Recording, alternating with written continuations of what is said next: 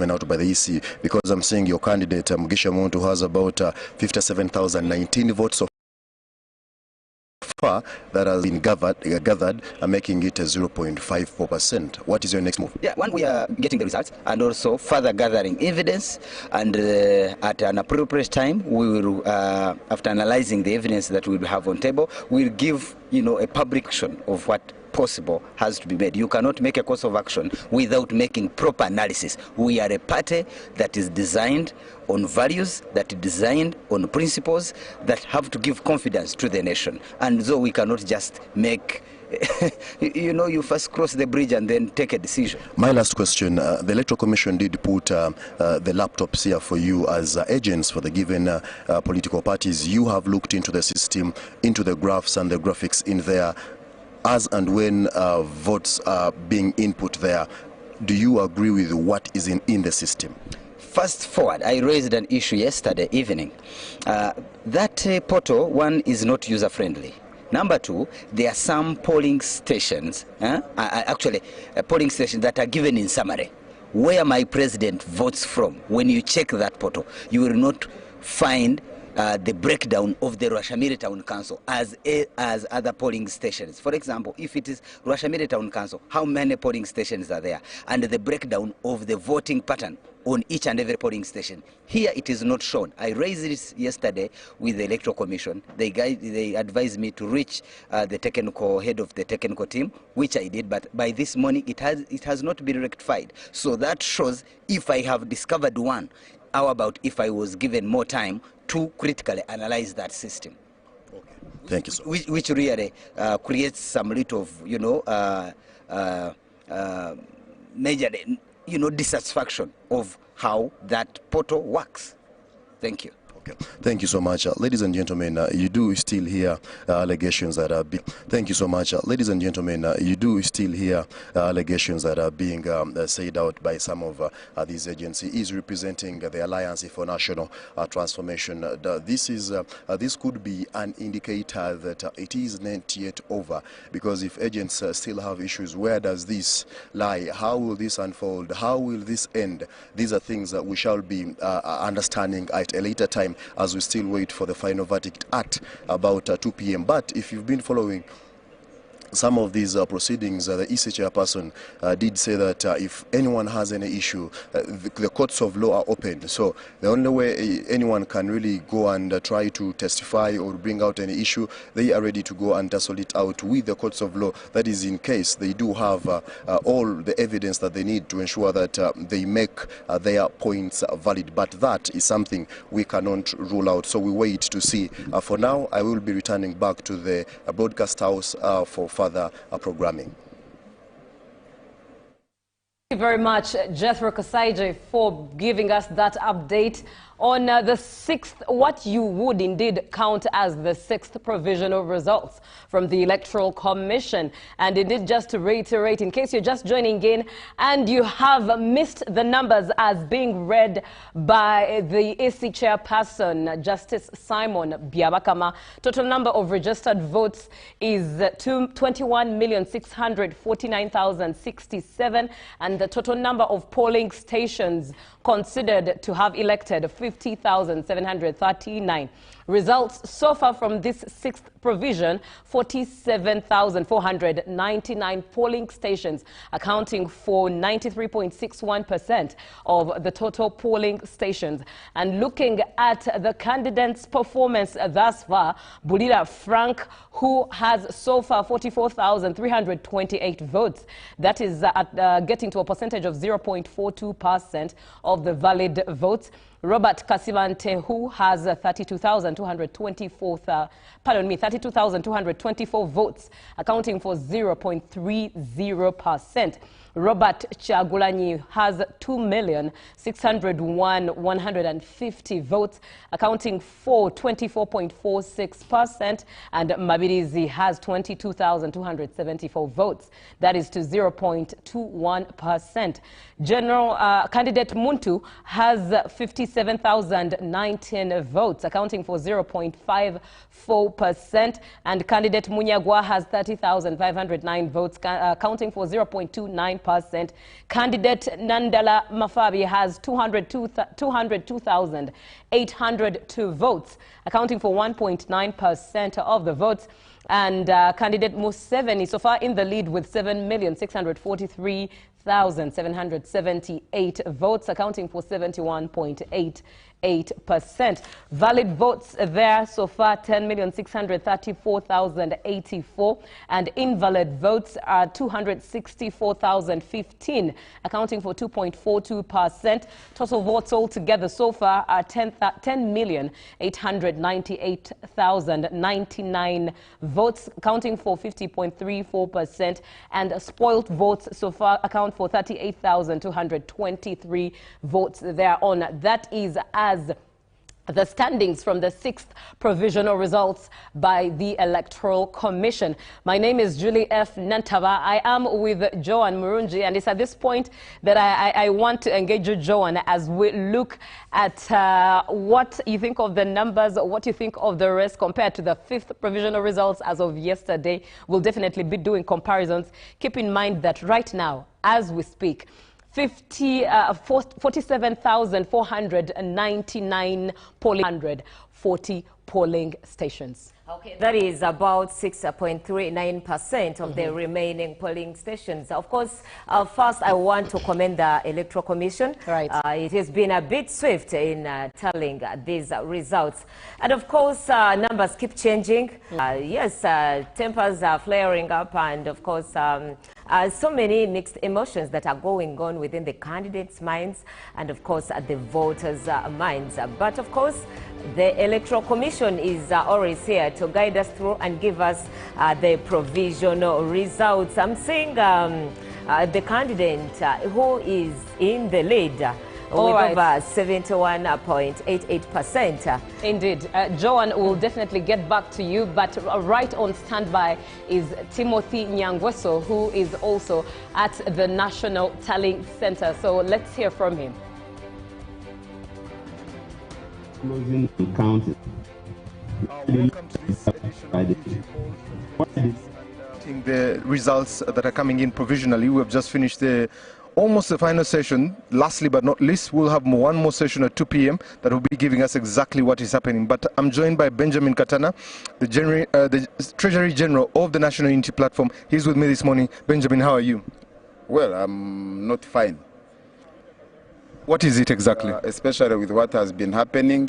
Clearly, I want first of all to put the record straight that what is being announced and relayed here is not a reflection of the will of the people of Uganda as expressed through the voting that transpired the other day. The Electoral Commission giving figures and without showing us where they were coming from. When we challenged them, they started giving a breakdown.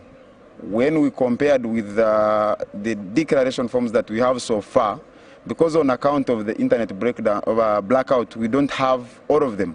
But the ones we have, clearly there is a discrepancy between what they are presenting and what obtained. And of course, the NRM must have been embarrassed that after and voted for our candidate. That's why they have resorted now to fabricating results. But we are very confident that the people of Uganda heard the message, because throughout the campaign, the president has encouraged the people of Uganda that under Article 29 of the Constitution, they have a right to express themselves peacefully and lawfully and reject any attempt to subvert their will. And I believe that they will exercise that right and challenge the illegitimate and unlawful actions of the Electoral Commission. What's the state of the Honorable Robert Kyagulanyi Ssentamu right now? Well, we may not be able to speak with certainty about what the situation is in now, because 2 days ago, the army and police besieged his home, denied us access, denied the media access. Last night, we received a call from the members of the household that the security forces were breaking into the house. After that, their numbers went off. Nobody has been allowed to access the home, so we don't know if he's hurt. We don't know if he's in jail. We don't know if he has been taken away. We have seen a statement from police this morning denying, but we want to challenge the media, to ask them why they cannot allow them to access the residence and speak to him and establish the state in which he is. But because they know they are up to mischief, they want to do it in darkness. They know they switched off internet, they have denied him access to media, they have denied media access to his home, they have denied the leadership of the party access to his home, and whatever they are doing is clearly outside the law. Because his home is not a gazetted detention facility, he has not committed any crime. The only crime he has committed maybe is running against Museveni.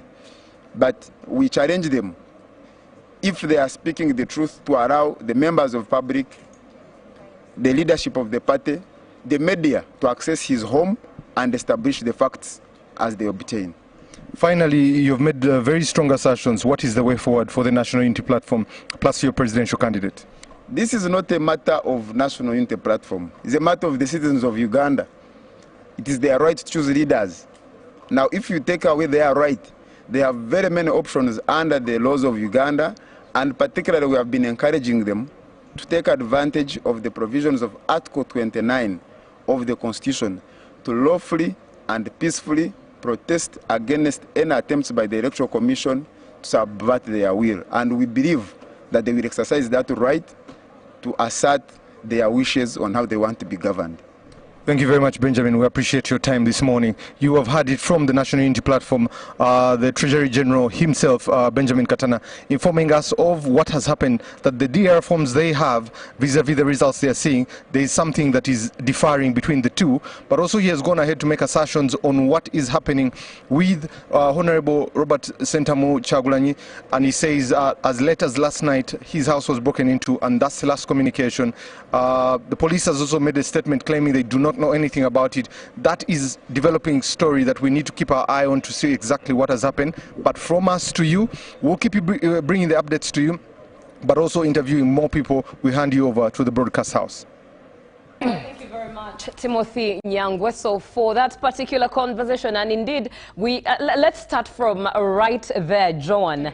Benjamin Katana, who's representing NUP at the National Tally Center, shares his observations, says that results at the Tally Center do not match what is on ground, and goes ahead to say and claim that the NRM is actually fabricating these results, the results that the EC chairperson is releasing are fabricated by the NRM, and says that they are not exactly what is on ground by their own mathematics. But of course, before we even get into the uncertainty of their presidential candidate, that is the new presidential candidate, perhaps let me hear what your perspective is on the claims made.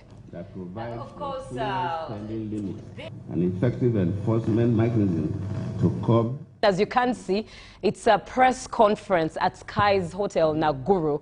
That is for the election observers. Let's take a listen and we'll be back. Governing the utilization of technology in elections. C. Review the Constitution and election laws to strengthen the independence of the Electoral Commission by reconsidering the process for appointment of the members. To the Electoral Commission. The Electoral Commission should ensure the consistent application and respect of the Constitution and electoral laws without any interference. 2. The Electoral Commission should improve and observe election nomination procedures to address the pitfall of denomination of candidates duly nominated. The EC should fully finalize the nomination process before printing of ballot papers. 3. The EC should consider a waiver or reduction on the payment of nomination fees for women, youths, and candidates with disabilities to incentivize and enhance their participation in competitive seats. 4. The EC should disaggregate electoral information, including on disability status, to allow targeted provision of sign language, ramps, and accessibility adjustments. 5. The EC should facilitate early setup of the polling station through timely delivery of materials to allow voting to start on time in line with the 7 a.m. to 4 p.m. window. Sixth, the agency should conduct robust test runs of new technologies, such as the BVV case, before voting day, to ensure their effective use on the election day. Seven, the agency should compensate equal time lost in each polling station in line with international and regional best practice. 8. The agency should consider providing shades in the polling stations to cultivate favorable and inclusive voting environment for voting officials, voters, and other stakeholders. 9. The agency should invest in disaggregating election data based on the age, the gender, and disability status. Security agencies. Security agencies should operate within the law and mandate in a manner that is proportionate, impartial, and respectful of human rights, to ensure that electoral security measures do not create an atmosphere of fear, curtail human rights, fundamental freedoms, and undermine political participation. 2. Security agencies should refrain from issuing directives on election-related issues that are not within their purview to do so. And we say so because one of the most controversial things as we came in was the issue of after voting, the law says still within 20 meters radius. But then the chief of the Ugandan Defense Force was the first person that was quoted as issuing that when you vote, you should leave, contrary to the law. And this is coming from the very, the head of the military, created so much tension in the country. If probably that statement was issued by the chairperson of the Electoral Commission, which have the authority to do so, citizens would have taken it differently. So security agencies should not make statements on election-related issues that are not within their purview to do that, so that citizens will not be apprehensive. Political parties. Political parties are encouraged to promote internal party democracy, introduce quotas in all leadership positions, and equitable access to campaign resources, particularly for women, youth, and candidates from marginalized groups. This is an interim report we have presented to you today, but the final report, by tradition of AU, Commerce, and IGAD, will be ready in a month's time. And that report will also be sent to the government of Uganda and a copy to the key stakeholders like Electoral Commission and the security operatives. I thank you all.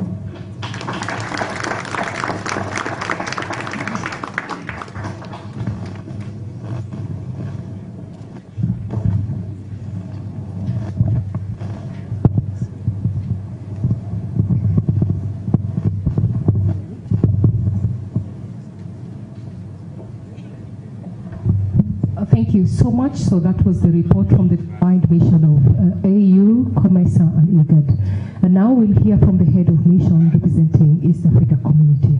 Thank you. Thank you. Your Excellency, good luck. Jonathan, former President of the Federal Republic of Nigeria and head of combined mission AU, COMESA, IGAD.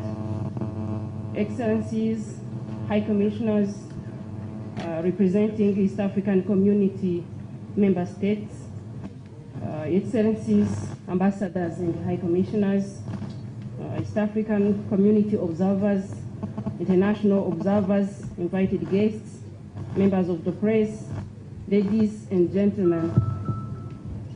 Upon the invitation by the Electoral Commission of the Republic of Uganda, the Secretary General of the East African Community, Honorable Veronica Nduva, deployed the East African Community Election Observation Mission to the 2026 general elections in the Republic of Uganda. Observing elections in the East African Community is in line with the fundamental principles of promoting good governance and democracy in the community, which are enshrined in the Treaty for the establishment of the East African Community and East African Principles for Election, Observation and Evaluation adopted by the East African Community in 2012. This election observation mission is comprised of 58 observers under my leadership, and I'm deputized by Honorable Maina Karobia Mwangi, who is the chairperson of the Regional Affairs and Conflict Resolution Committee of the East African Legislative Assembly. The members of the mission were drawn from the East African Legislative Assembly, East African Community Secretariat, national assemblies, government ministries, and electoral management bodies of the East African Community partner states, other than the Republic of Uganda, in compliance with East African principles on election observation that provide that no national of the country holding the election should be a member of the election observation mission.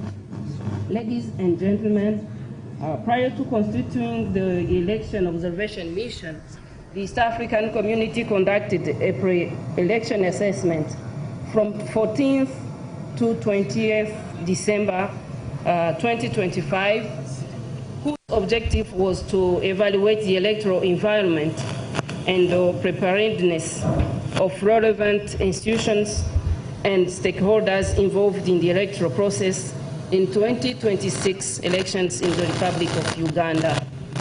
The mission engaged with key electoral stakeholders, including the Electoral Commission, the police, the judiciary, political parties and organizations, the Human Rights Commission, the media, civil society organizations, Uganda Law Society, and heads of other international observation missions. The mission also engaged with the incumbent President of the Republic of Uganda, His Excellency Yoweri Kaguta Museveni, who is also the presidential candidate from the ruling party, National Resistance Movement, as well as the presidential candidate from the main opposition party, National Unity Platform, Honorable Kagulanyi Sentamu Robert. The mission is grateful to all stakeholders who freely and willingly accepted to meet and interact with the East African Community election observers. Ladies and gentlemen, the East African Community Election Observation Mission deployed 12 teams spread across all regions of the country to observe processes, including final phases of the campaigns, preparation of polling stations, opening, voting, counting, and tallying processes, and other limited post-election activities. On polling day, the East African Community observers were able to observe elections in 184 polling stations.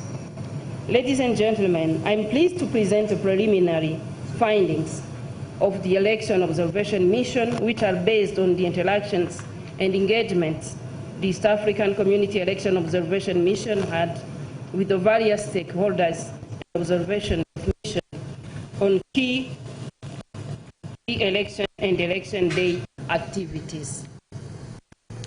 The East African Community Election Observation Mission made the following observations. The 1995 Constitution of the Republic of Uganda, as amended, and other relevant laws provided the legal framework on which this year's general elections were conducted. The mission noted that Uganda's legal framework offers a robust foundation for the conduct of democratic elections in line with international and regional commitments that Uganda has ratified, including the East African Community Treaty. The political context was characterized by heightened competition, with 8 presidential candidates running for presidency, including the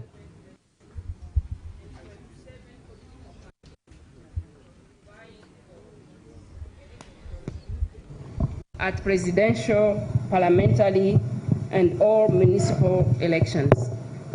This reflects rising public interest in governance, broadening political space and voter choice. The mission further noted that there were several petitions arising out of the political party primaries and several unsuccessful aspirants opting to run as independent candidates. Although this provided voters a wider spectrum of candidates to choose from, it points to internal weaknesses in intra-party, including ineffective dispute resolution mechanism. The electoral environment has been largely peaceful and conducive to the conduct of elections. Electoral campaigns were mostly calm and peaceful. The mission noted that Uganda has a legal and regulatory framework on political party financing whose objective is to enhance fairness and integrity of the political parties. However, the mission noted that the law does not provide for campaign financing to cater for campaign expenditure so as to ensure a level playing field during electoral process. The mission commends the effort by the Electoral Commission regarding preparation and management of the 2026 general elections and the systematic stakeholders' engagement throughout the electoral process, including briefing international observers on the preparedness and the overall conduct of the elections. The Electoral Commission published a comprehensive roadmap as early as August 2023, covering electoral activities, including demarcation of electoral areas, updates and display of the voters' register, and the nomination of candidates. The mission notes that the National Voters Register had 21,681,491 registered voters, which reflects a laudable 70% increase from 18,103,603 in the 2021 general elections. The mission noted that 53% of the registered voters are female, which demonstrates commendable women participation in the country's electoral process. The mission noted some concerns raised with regard to the high number of candidates denominated by the Electoral Commission after previously being validly nominated, candidates declared unopposed, and appeals arising out of nominations and denominations process lodged before the courts a few days to the election day.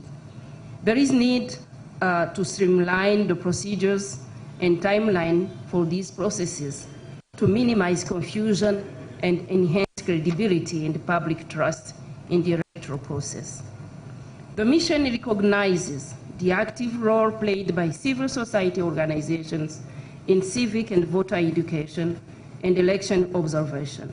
The mission commends peace initiatives led by the Uganda Human Rights Commission and the Inter-Religious Council of Uganda, which culminated in the signing of a peace pledge towards peaceful, inclusive, and accountable electoral process.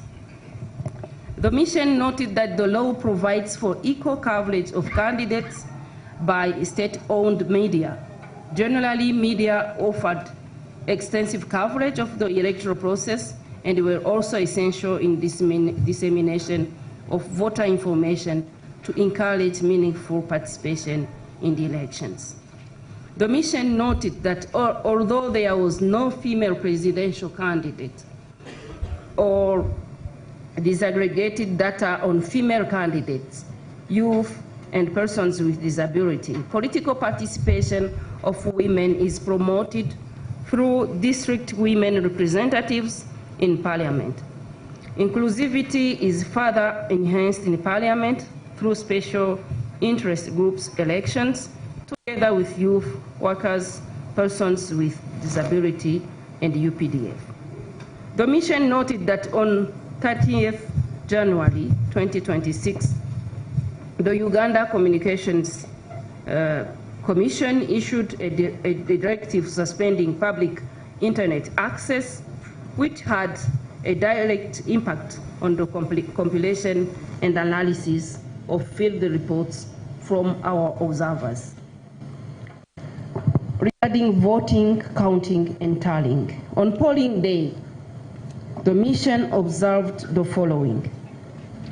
During opening, all polling stations visited opened late, with an average delay of 3 hours due to late delivery of election materials, manufacture of biometric voter verification kits, and delayed setup of polling stations. These delays caused frustrations for voters at some polling stations, with some deciding to leave. Despite these delays, the mission observed that the environment was generally calm and peaceful, with noticeable presence of party and candidate agents. All the polling stations observed were accessible to persons with disabilities, demonstrating efforts toward inclusivity. Assistance was provided to voters who needed it, including those with visual impairments, in line with the legal framework for election day procedures. All polling stations visited were in open areas, allowing for more transparency of the voting processes. However, some of the polling stations did not have shelter for polling officials, party agents, and voters. The observers noted that authorized stakeholders, such as party and candidate agents, had seamless access to the polling stations and performed their duties without difficulties. The presence of party agents and observers at polling stations demonstrated a vital principle of transparency in the electoral process. The presence of security personnel at all polling stations visited ensured peace and order. The conduct of security was observed to be professional, non-intrusive, and discreet. Identification of registered voters was conducted transparently and confirmed by party and candidate agents who had copies of the voters' registry at each polling station. Voting proceeded uninterrupted in all the polling stations visited throughout the day. The mission observed that most of the polling stations had queues with an average of 50 to 100 voters. An average of 5 polling officials were deployed in all polling stations visited. There was a commendable gender balance, with at least 50% women constituting the election personnel. The polling officials demonstrated professionalism and handled election duties with knowledge and understanding of the procedures, a reflection of adequate training by the Electoral Commission. Most polling stations closed an hour later than the prescribed time, 4 p.m., acting on the directive of Electoral Commission to compensate for the delays at opening. Voters still on the queue were allowed to vote. Counting was conducted transparently in the presence of party and candidate agents, observers, and voters who maintained the 20 meters radius as prescribed by law. There was a considerable number of invalid votes. At the polling stations observed, candidate agents received and signed the declaration of results forms which were posted outside polling stations. Then we have some recommendations. The East African Observer Mission makes the following recommendations. Political parties and organizations should strengthen their processes and dispute resolution mechanism and procedures to address the high number of independent candidates arising from the primaries. Legal reforms should be introduced to provide for campaign financing with a view of enhancing transparency in campaign financing and ensuring a level playing field during electoral process. The Electoral Commission should endeavor to publish disaggregated data indicating the number of female and youth candidates in each election to inform public policy and advocacy. The Electoral Commission should enhance voter education to minimize the number of invalid votes in future elections. The Electoral Commission should provide shelter for polling officers, party and candidate agents, and voters at polling stations, and make use of school buildings or other public buildings not in use during the election period. There is a need to ensure that public access to information through ICT, such as internet services, are available and accessible to all persons during the electoral process. Measures should be put in place to balance security concerns with the benefits of public access to internet services. The Electoral Commission needs to minimize cases of denomination of candidates by enhancing mechanisms for verification of requirements before nomination. The Electoral Commission should investigate the causes of the manufacture of biometric voter verification kits and seek to ensure that this does not affect use of technology in future electoral processes. Conclusion. The East African Election Observer Mission congratulates the people of the Republic of Uganda for exercising their right to choose their leaders during the 2026 general elections. Considering that the electoral process is still ongoing, the East African Community Election Observer Mission urges all stakeholders to continue to uphold peace and refrain from any action that could undermine the integrity of the process.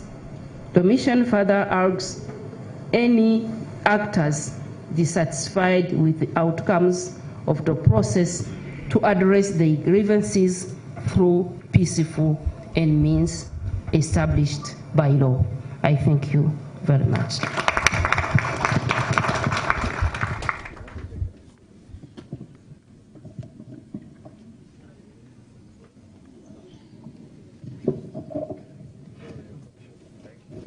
Thank you so much, Madam Eda, from the East African Community. And now we hear from the ICJLR Parliamentary Forum, and after that we will hear from the East Africa Standby Force.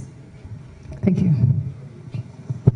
Your Excellency, former Republican President of the Federal Republic of Nigeria, heads of mission, honorable members of Parliament, ambassadors and diplomats present, distinguished delegates, members of the press, ladies and gentlemen. We are extremely honored to present the preliminary statement of the Forum of Parliaments of Member States of the International Conference on the Great Lakes region, which is based on the observations made by our electoral observation mission during the general elections in the Republic of Uganda, held on the 15th January 2026. Our sincere gratitude goes to the people and government of the Republic of Uganda for their warm hospitality accorded to us since our arrival. The deployment of the short-term election observer mission underscores our dedication to uphold the principles of Article 6 of the International Conference on the Great Lakes Region Pact on security, stability, and development in the Great Lakes region, with particular emphasis on the protocol on democracy and good governance. Furthermore, our observation mission is a response to the generosity invitation extended to the forum by the government of the Republic of Uganda. Distinguished guests, ladies and gentlemen, in person to foster a culture of democratic governance in the Great Lakes region, we deployed 21 observers from the member states of the forum, namely the Republic of Kenya, the United Republic of Tanzania, the Republic of Zambia, and the General Secretariat headed by me, Moses Moyo, as the head of mission. Given that the Republic of Uganda is a member state of the forum, we consider it significantly honored to be among the international observation groups accredited to observe the 2026 general elections. Ladies and gentlemen, let me summarize the electoral observation activities that we carried in run-up to the January 15th general elections, in accordance with our mandate as follows. In order to ascertain the state of preparation and preparedness towards the January 15th general elections, the Forum of Parliaments of the International Conference on the Great Lakes region conducted a pre-election analysis. Upon arrival in Kampala, the observers participated in a comprehensive briefing and orientation on the 9th January 2026 before being deployed in areas of responsibility. In order to increase public awareness about the presence and mandate of the mission, upon arrival, we officially issued a arrival statement on the 9th of January 2026 at the regional training facility in Munyoyi. The mission met electoral stakeholders such as the Center for Policy Analysis, briefing by the Electoral Commission, members of the press, heads of mission of international observer groups, and members of the diplomatic corps accredited to the Republic of Uganda. The engagement meetings were aimed at understanding the state of preparation and preparedness towards holding the January 15 general elections. The observers were subsequently deployed in teams of 4 to observe the polling proceedings in Kampala Central, Kampala East, Kampala West, and Kampala North. Distinguished guests, ladies and gentlemen, our pre-election analysis of the 2026 general elections in the Republic of Uganda reviewed the following. The Electoral Commission developed a roadmap for the 2026 general elections, which was implemented in a phased manner. The mission noted that the Commission carried out all planned activities under the roadmap as scheduled. In line with the international, regional, and national framework, the mission conducted civil and voter education in collaboration with key electoral stakeholders such as civil society and the media, among others, to ensure that all eligible citizens understand the purpose, procedure, and significance of the elections. The mission also noted that the Electoral Commission utilized the digital platforms such as X, formerly Twitter, Facebook, Instagram, and WhatsApp, which are increasingly important in engaging with the youths. This intervention helped in providing real-time interaction and prompt response to inquiries. The mission commends the Electoral Commission for integration of physical identification features on the biometric voter verification kit, in addition to the use of the thumbprint. The mission commends the Electoral Commission for the intention to place the notice only in polling stations where nominated candidates would have lawfully withdrawn from participating while appearing on the ballot box, in order to give guidance to the would-be voters not to vote for particular candidates. The interaction with stakeholders revealed that the campaign period was generally calm and peaceful as compared to 2016 and 2021 general elections, which were attributed to adherence of campaign guidelines stipulated by the Electoral Commission and by all political parties. In this regard, the mission commends the Electoral Commission, security apparatus, the competing political parties, and all the citizens for their effort in maintaining peace. There were also concerns raised by increasing misinformation, disinformation, and use of hate speech on social media. The temporary suspension of public internet access and selected mobile services during the election period as a measure by government to mitigate spread of online misinformation, disinformation, and electoral fraud, as well as preventing incitement of electoral violence. Ladies and gentlemen, the mission would like to clearly state that in its finding on the 2026 general elections in the Republic of Uganda are purely based on the pre-election analysis in country polling procedures and voter counting at the polling stations. Let me now address the polling day activities. According to the Electoral Commission, there are 50,739 polling stations and 21,681,491 registered voters countrywide. Let me highlight that our observers were given the opportunity to observe the opening, voting, and closing procedures in all the polling stations. The mission observed the following. Most of the polling stations visited by the mission in Kampala Central, Kampala East, Kampala West, and Kampala North did not open on the official stipulated time of 07 hours. The opening was delayed by 2 or 3 or more hours. The reasons being due to malfunction of the biometric voter identification kit.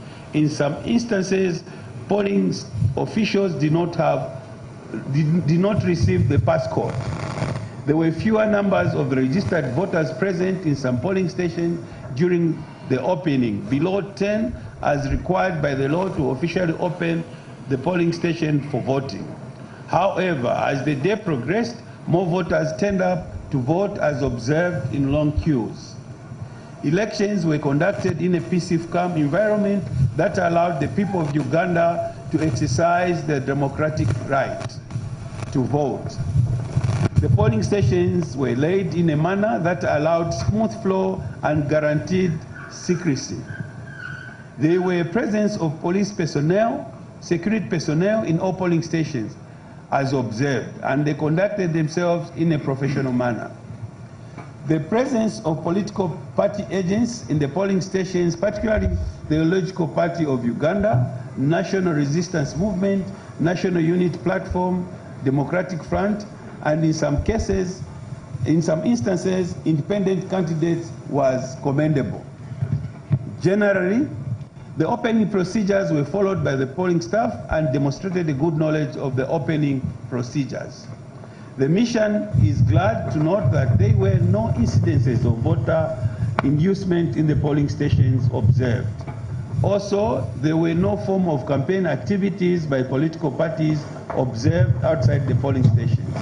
However, the mission observed the presence of campaign materials in some polling stations visited at the time of opening, contrary to the law, which requires non-existence of campaign materials within the radius of 20 meters from the polling center. Our mission had the opportunity to observe the voting procedures in a significant number of polling stations in Kampala City District.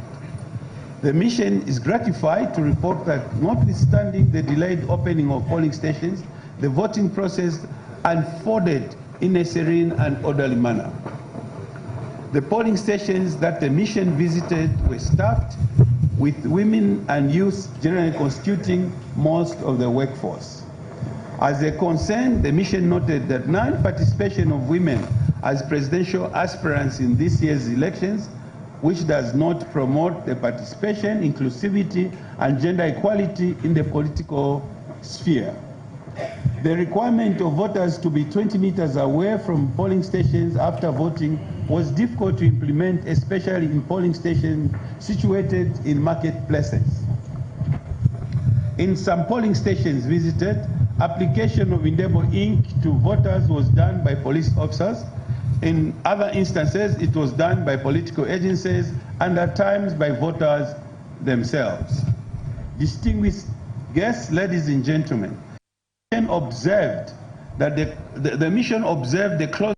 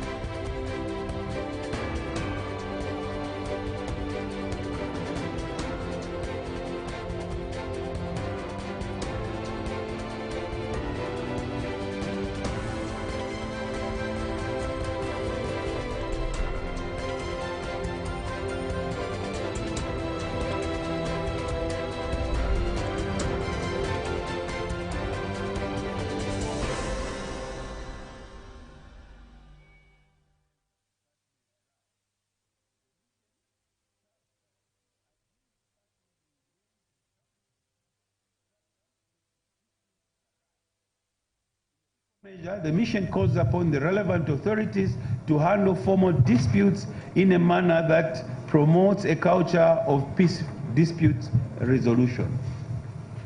The mission will issue a more detailed and comprehensive report shared through its diplomatic channels to all relevant stakeholders. I thank you very much.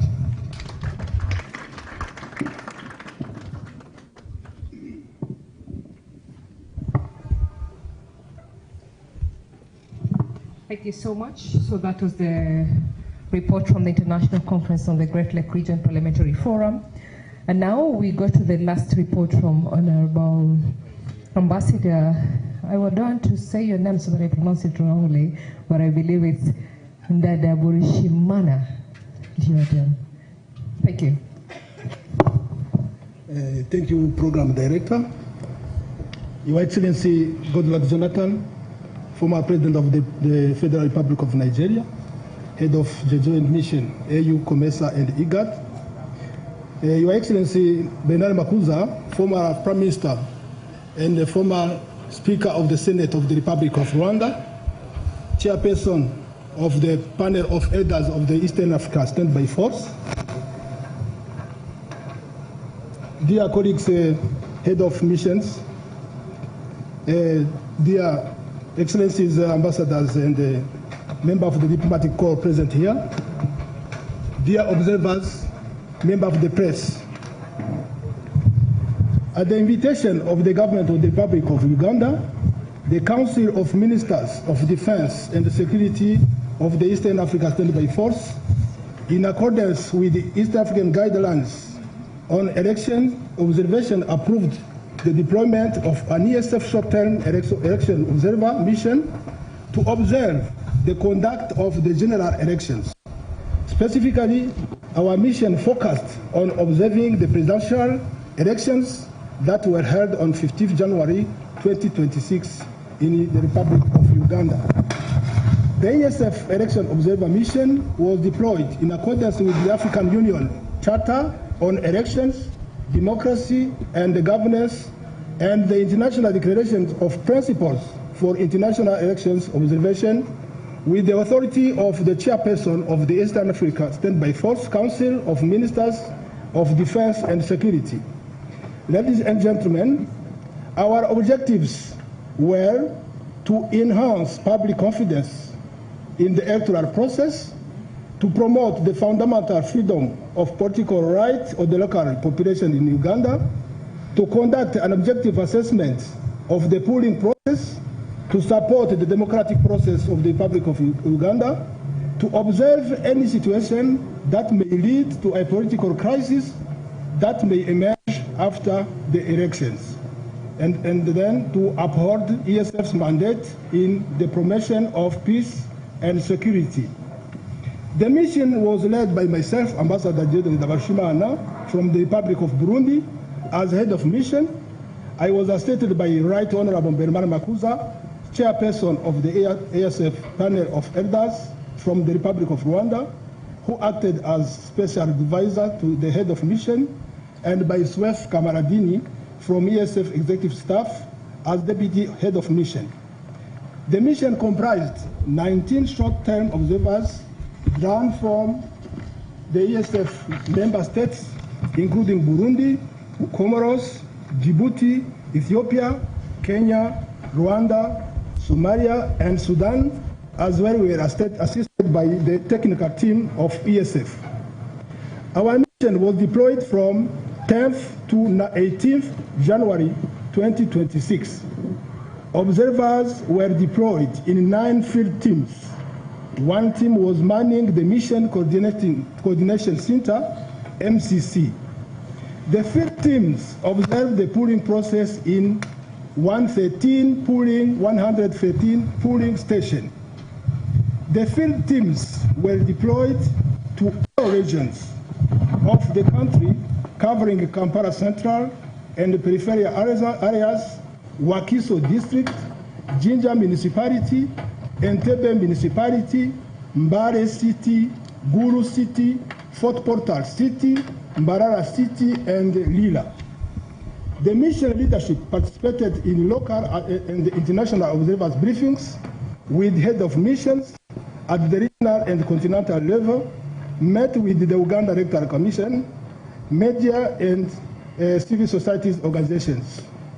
The objective was to have a fair and objective understanding of the electoral process and the political context. We have the pleasure now to present our main findings.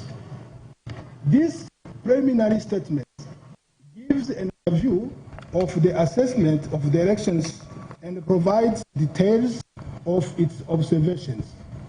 The statement is based on objective and independent assessment on the electoral process, specifically at the end of the campaign and electoral period and on the actual election day, and refers to the national legal framework on electoral matters. These include the last days of the campaign and the management of election day operations, including the counting process. Our key findings are the follows. On the aspect of campaign, the campaign were conducted in a largely peaceful environment with sporadic cases of violence. Most candidates conducted mobile campaigns that did not have large crowds of people. The campaigns were mainly done in local dialect. The teams observed use of state sources in some cases, which is contrary to the law. The presence of security personnel was also witnessed. On the aspect of security, voting was largely peaceful in all polling stations, observed despite some anxiety that was noted in a few voters, especially those who reported early to cast their votes, but were unable to due to the delay in the commencement of the voting process.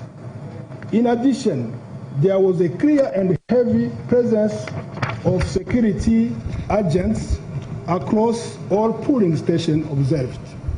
On the aspect of time, most polling stations observed opened late, mostly due to the late delivery of the election materials.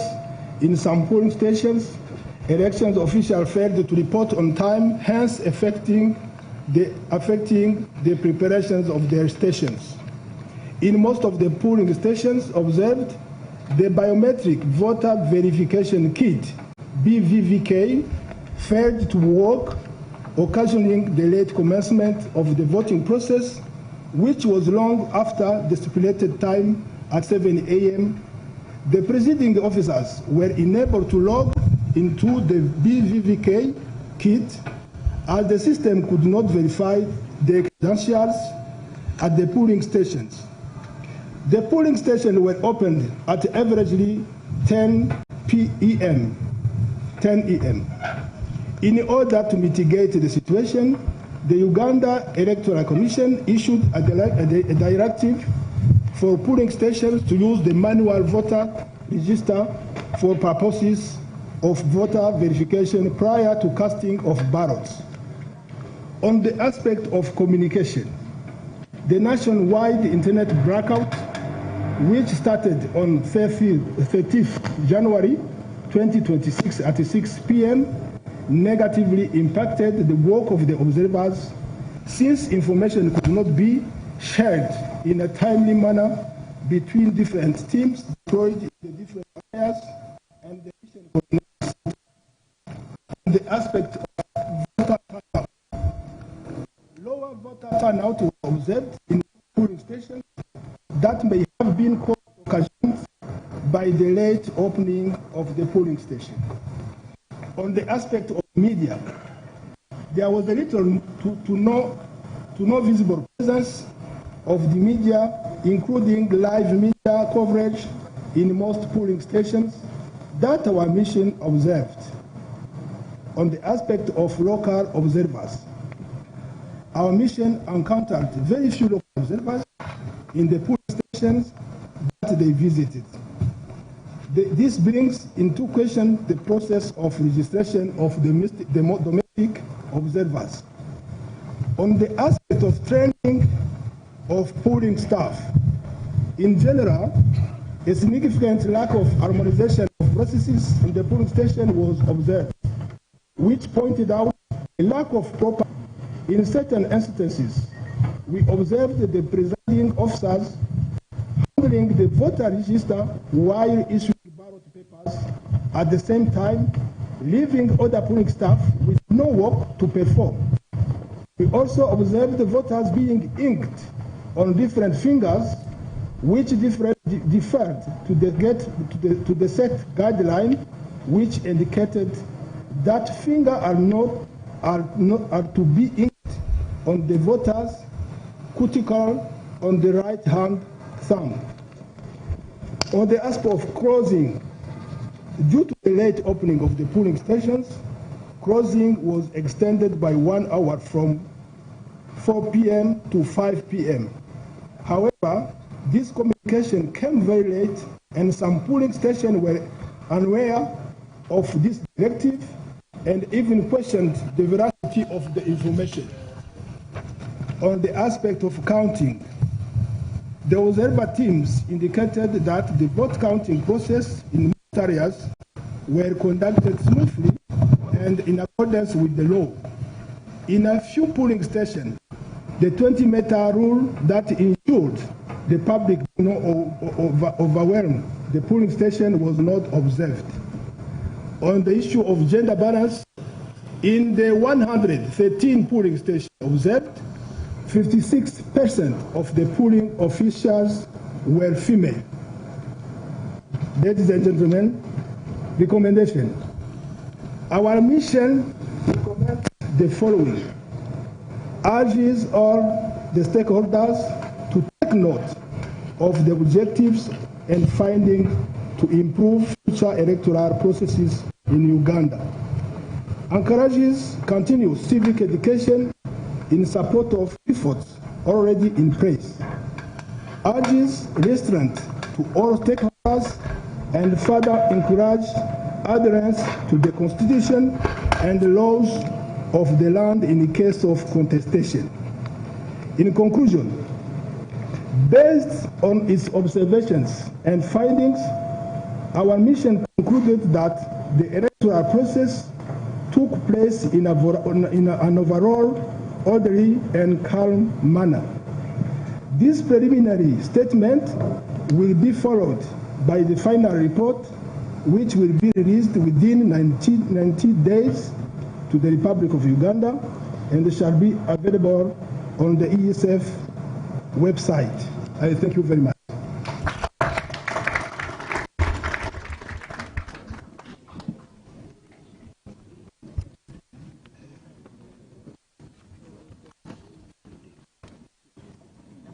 Thank you, Honorable Ambassador. Thank you for your attention and patience through the 4 statements that have been made to us.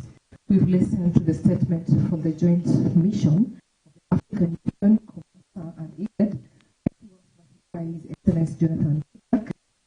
We heard from the East Africa Community, from Honorable Madam Eda Mwabogiza. We also heard a statement from the International Conference on the Great Region, Parliamentary Forum, read to us by Honorable Mrs. Moyo, and finally from the East Africa Standing Post, read to us by Ambassador Jabarishuri Mana. Members of the press, this is your session. If you have an opportunity to ask questions, if any, seek clarification from any of the statements that have made before us. As you do so, please state your name and the media house that you represent. Keep your questions brief and to the point.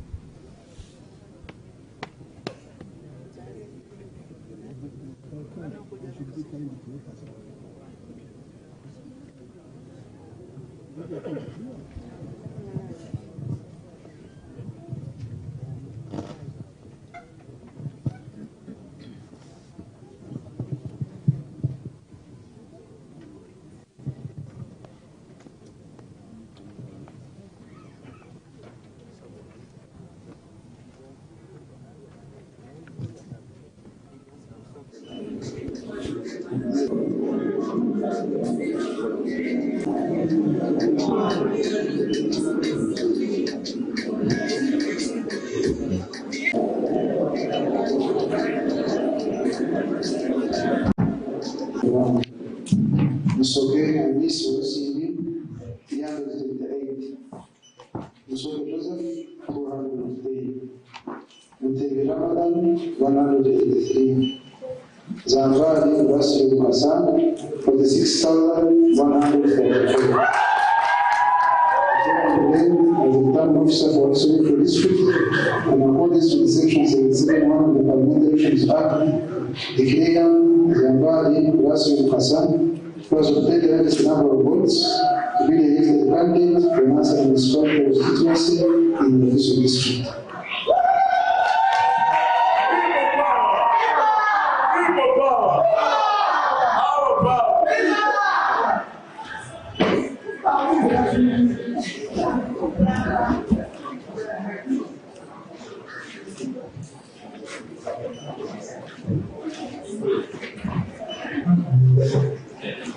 Let's think about Uganda. Let's avoid self-seeking goals, things that will put Uganda into trouble. We come into election not to fight. This is not a battle. This is not a war. We are here to bring ourselves to those who are going to vote us, and people will choose their leaders. And we believe that's the democracy we are talking about. Let's have a free and fair election rather than going into battle, rather than going into running battles. I was telling my campaign agent and those who saw me where I voted, I got a lot of issues. The soldiers were chasing us from the voting areas. And they arrested some of our people. And they also arrested some of our people. I think that should stop.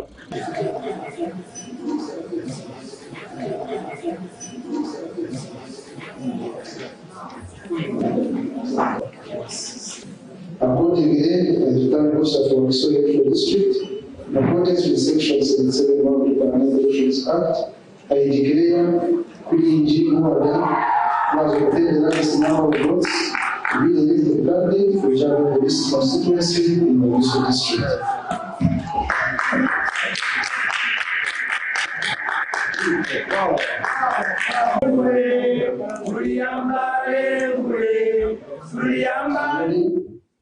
$4,254.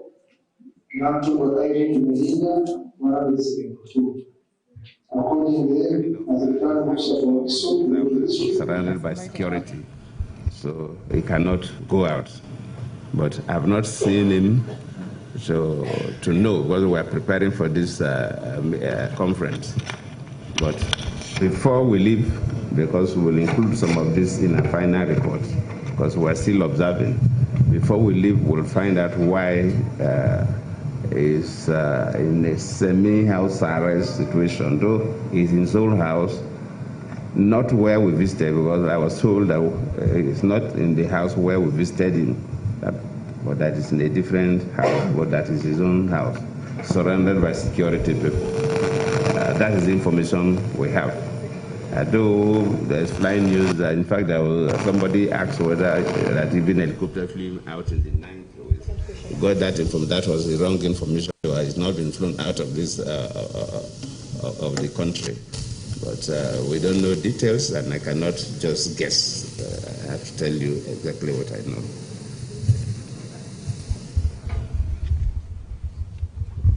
Somebody asked evidence of ballot stuffing.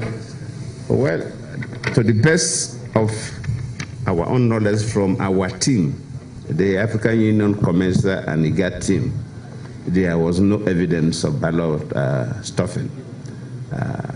We did not observe in all the polling stations in the country, but based on, I think, 400-something polling stations that we observed, and especially where we witnessed the closing, there was no evidence of ballot stuffing, no.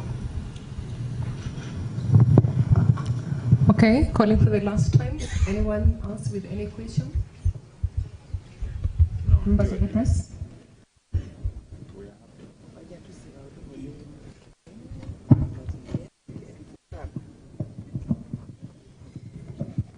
My name is Akre Papa, and I work with Mulengera News. My question is Excellency Jonathan Goodluck. Sir, given the fact that the internet was shut down, did you get a chance to hear from the Electoral Commission on how they were receiving these results from the regional tally centers and the polling stations on the ground? Thank you so much. Because we got the information about the internet on Tuesday. In fact, we thought it was our time now, but it seems this government is making it very impossible once again. But people of Uganda, I want to thank you very much. You have spoken. You spoke. Your voice spoke. And I know they must be feeling it. They are feeling it. And one time, one day, we are going to overcome. We shall get there. We are not jubilating now, not because we have not gotten any victory. Some of us have been declared as winners, but our colleagues inside there are still suffering. So it has been a lot, I must say. Thank you very much, Honorable Zahara. We can now qualify to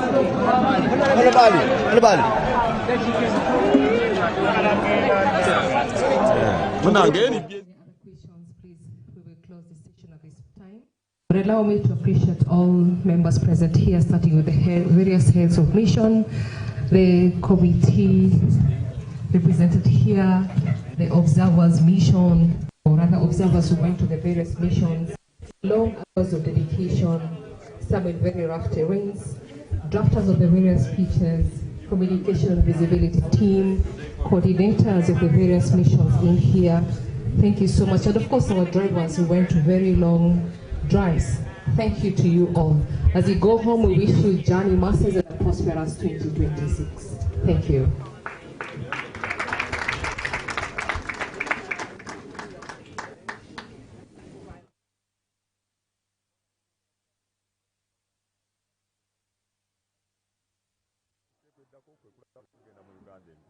I don't have much to say as now.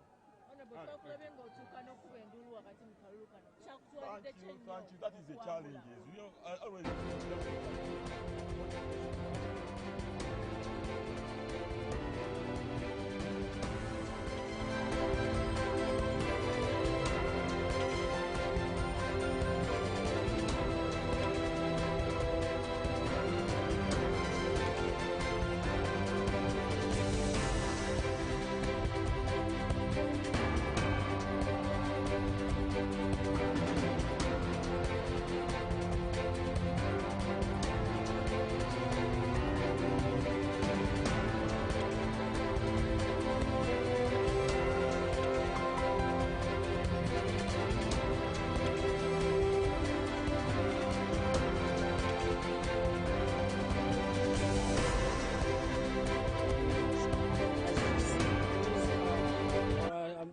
NRM supporters of Madina Nsereko.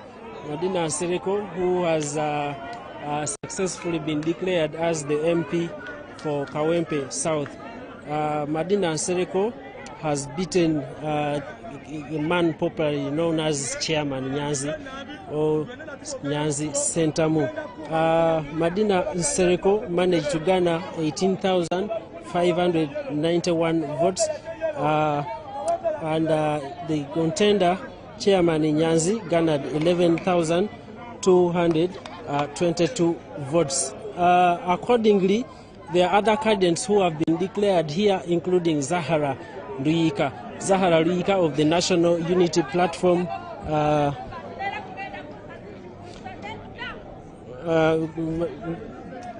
Zahara Ruyika, the candidate of the National Unity Platform, has managed to garner 32,264 votes, beating NRM's Keita Doreen. Keita Doreen also served as RCC, but also she was the NRM candidate in this position, much in the West.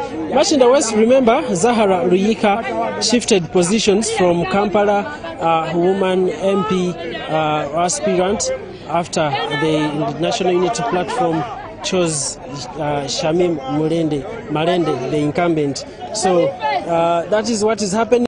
And the incumbent MP, Sewanyena Alan, who missed the NUP card,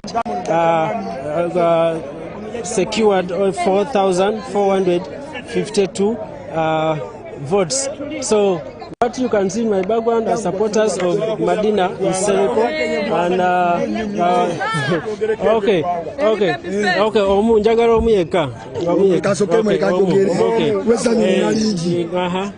essanyu ki olunaku olwaleero essanyu lyennina lya Kawempe South. Omubaka Honorable Madina Nsereko Ntale abamezi ate akubidde eddala ewali ekitebe era awanguddewo n'ebitundutundu 2-2. Biki byayagala abakolere nga mu abavubuka? Honorable Madina Nsereko sigenda kugamba nti nebiki byayagala tukolere, kuba of course abimanyi ate abadde abikola. Si byagamba nti no be bana ababaka abajja abagenda okukola ki ebbanga lyonna byakozeeko tetubadde naye tukoze ki amanya ze suna taibu mali jakugamba yo akalala ekiralo mbako oyo golaba mwana nzalo ye Kawempe nze mmanyi wasomedde wensomedde wasomye naye sisomye naye naye kusomera we yasomera we nasomera ekyo kitumuwako obujulizi we yasomera primary ne we yasomera secondary wenkoze eki wonna wensomedde yasomera ku St Martin emulago omulago 2 ushegera n'avaawo n'agenda ku Kolo SS wasomedde. Amanya n'eddoboozi enze Azima Badiru nga ndi muntu nzaalwa ya Kawempe South. Nina essanyu ly'amaanyi nnyo. Ekitebe kya Nuupu nkikutte n'ekigarrrrrrr. Eno weevu ono omukyala wangudde alina amanya nga 6 bamita mama Kawempe, senga Kawempe, jjajja we Kawempe, chairperson we Kawempe, kati omukyala ono mu Uganda yonna yasinga basaries ennyingi mu Kampala, yasinga kye bayita okulobinga, ndowooza basinga kyonna kye bayita okulobinga mukitegera bulungi. Amanya n'eddoboozi bamuyita Madina Nsereko Ntale.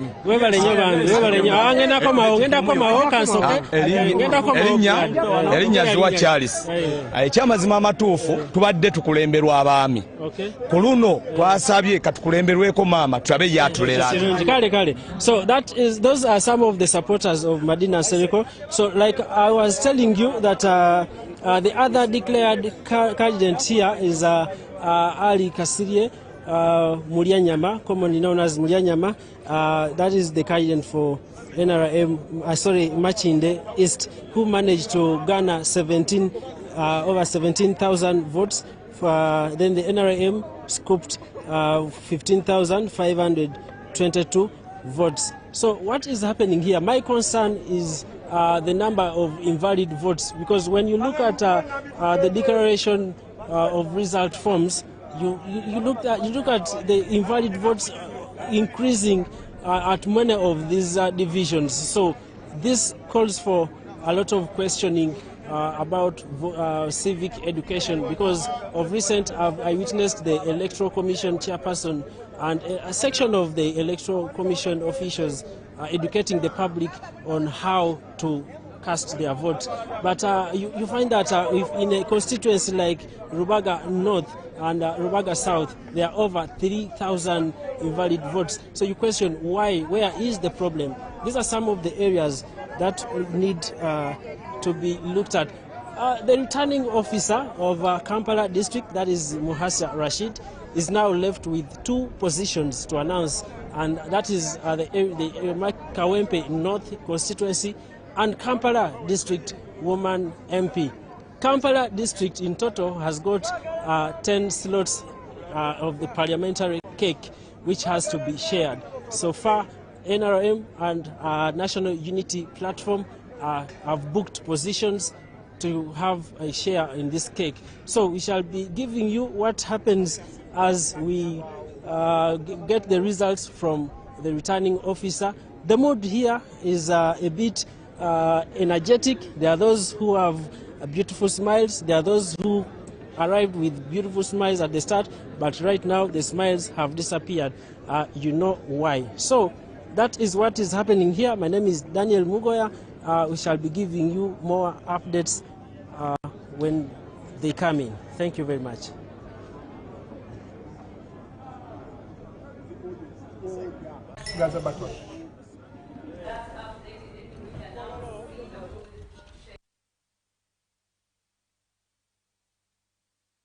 Results were being released, and indeed congratulations to all the winners. We've seen the excitement from the cadres and supporters of Hajati Nsereko Madina Ntale, who has won the direct MP for Kawempe South.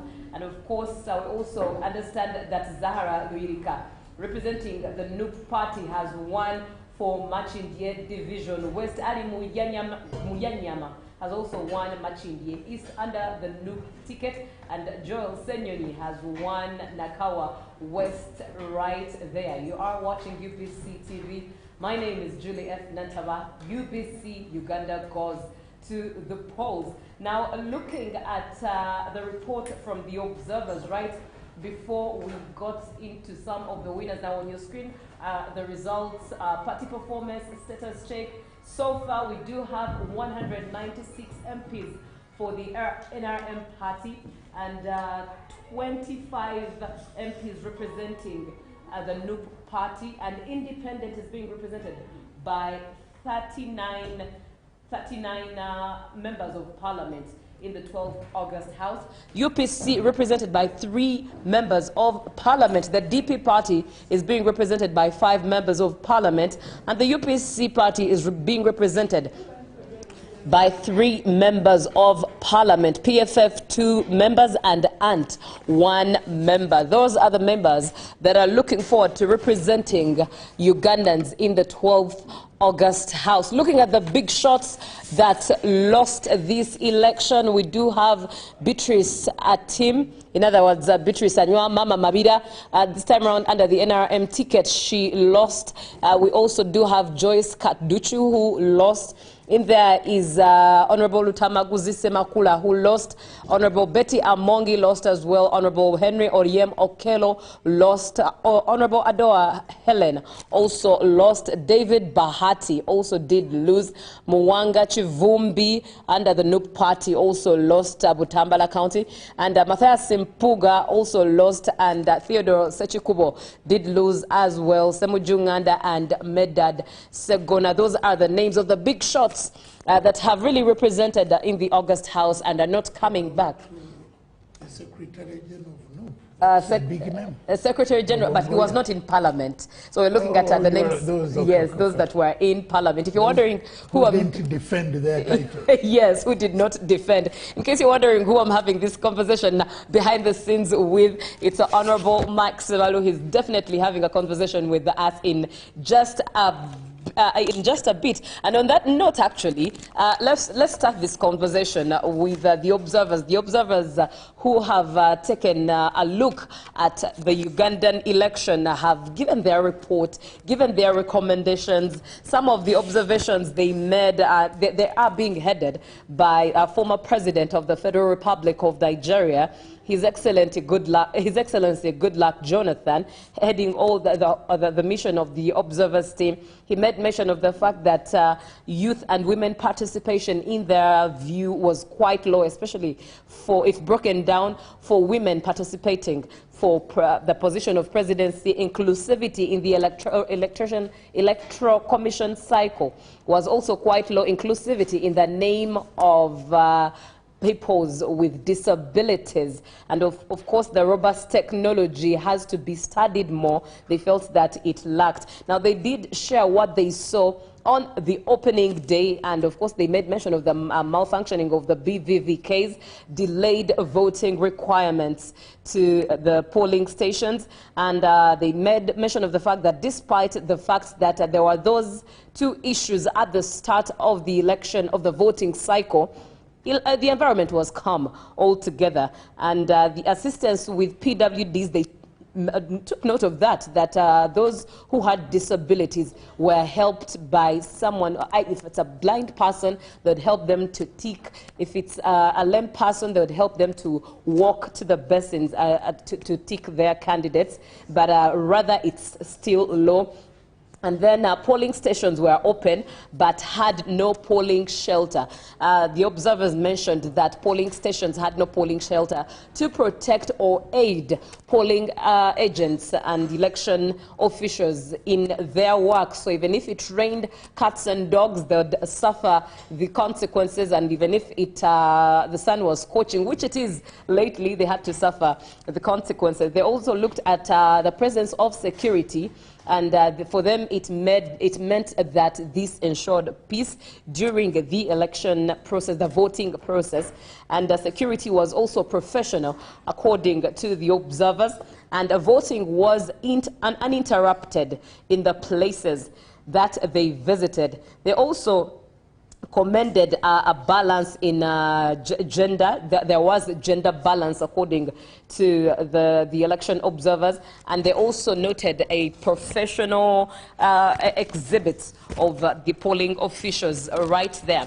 They also took note of a considerable number of invalid votes. Some of the recommendations they put across: political parties should come up with amicable solutions of conflict resolution that does deal with the numbers of independent candidates that lean towards these parties. They also recommended that the EC should share a statistic of candidates who are female candidates who are participating.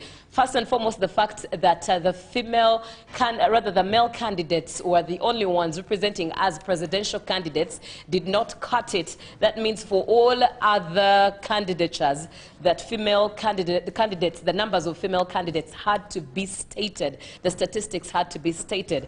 And they also recommended that there was a need to make indeed public shelters for polling officials, but also the issue of the internet. The observers stated that information needed to be available for voters, especially on the internet, and internet needed to be accessed. And they also stated that the Electoral Commission should reduce on the numbers and cases of candidates who are denominated or disqualified, citing that some of these issues should be rectified as early as possible before someone is nominated and their name ends up on the ballot paper. They also emphasized peace right there. Now on the screen, let's follow what is on the screen.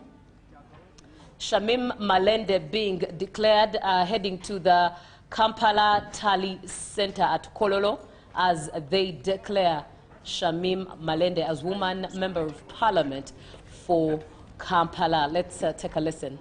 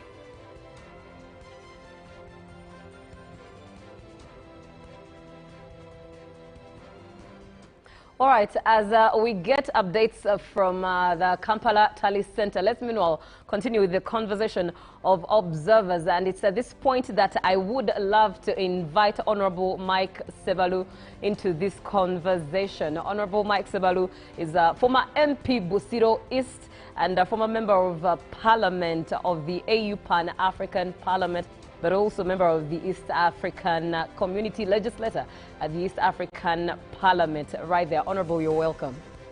Thank you very much for having me.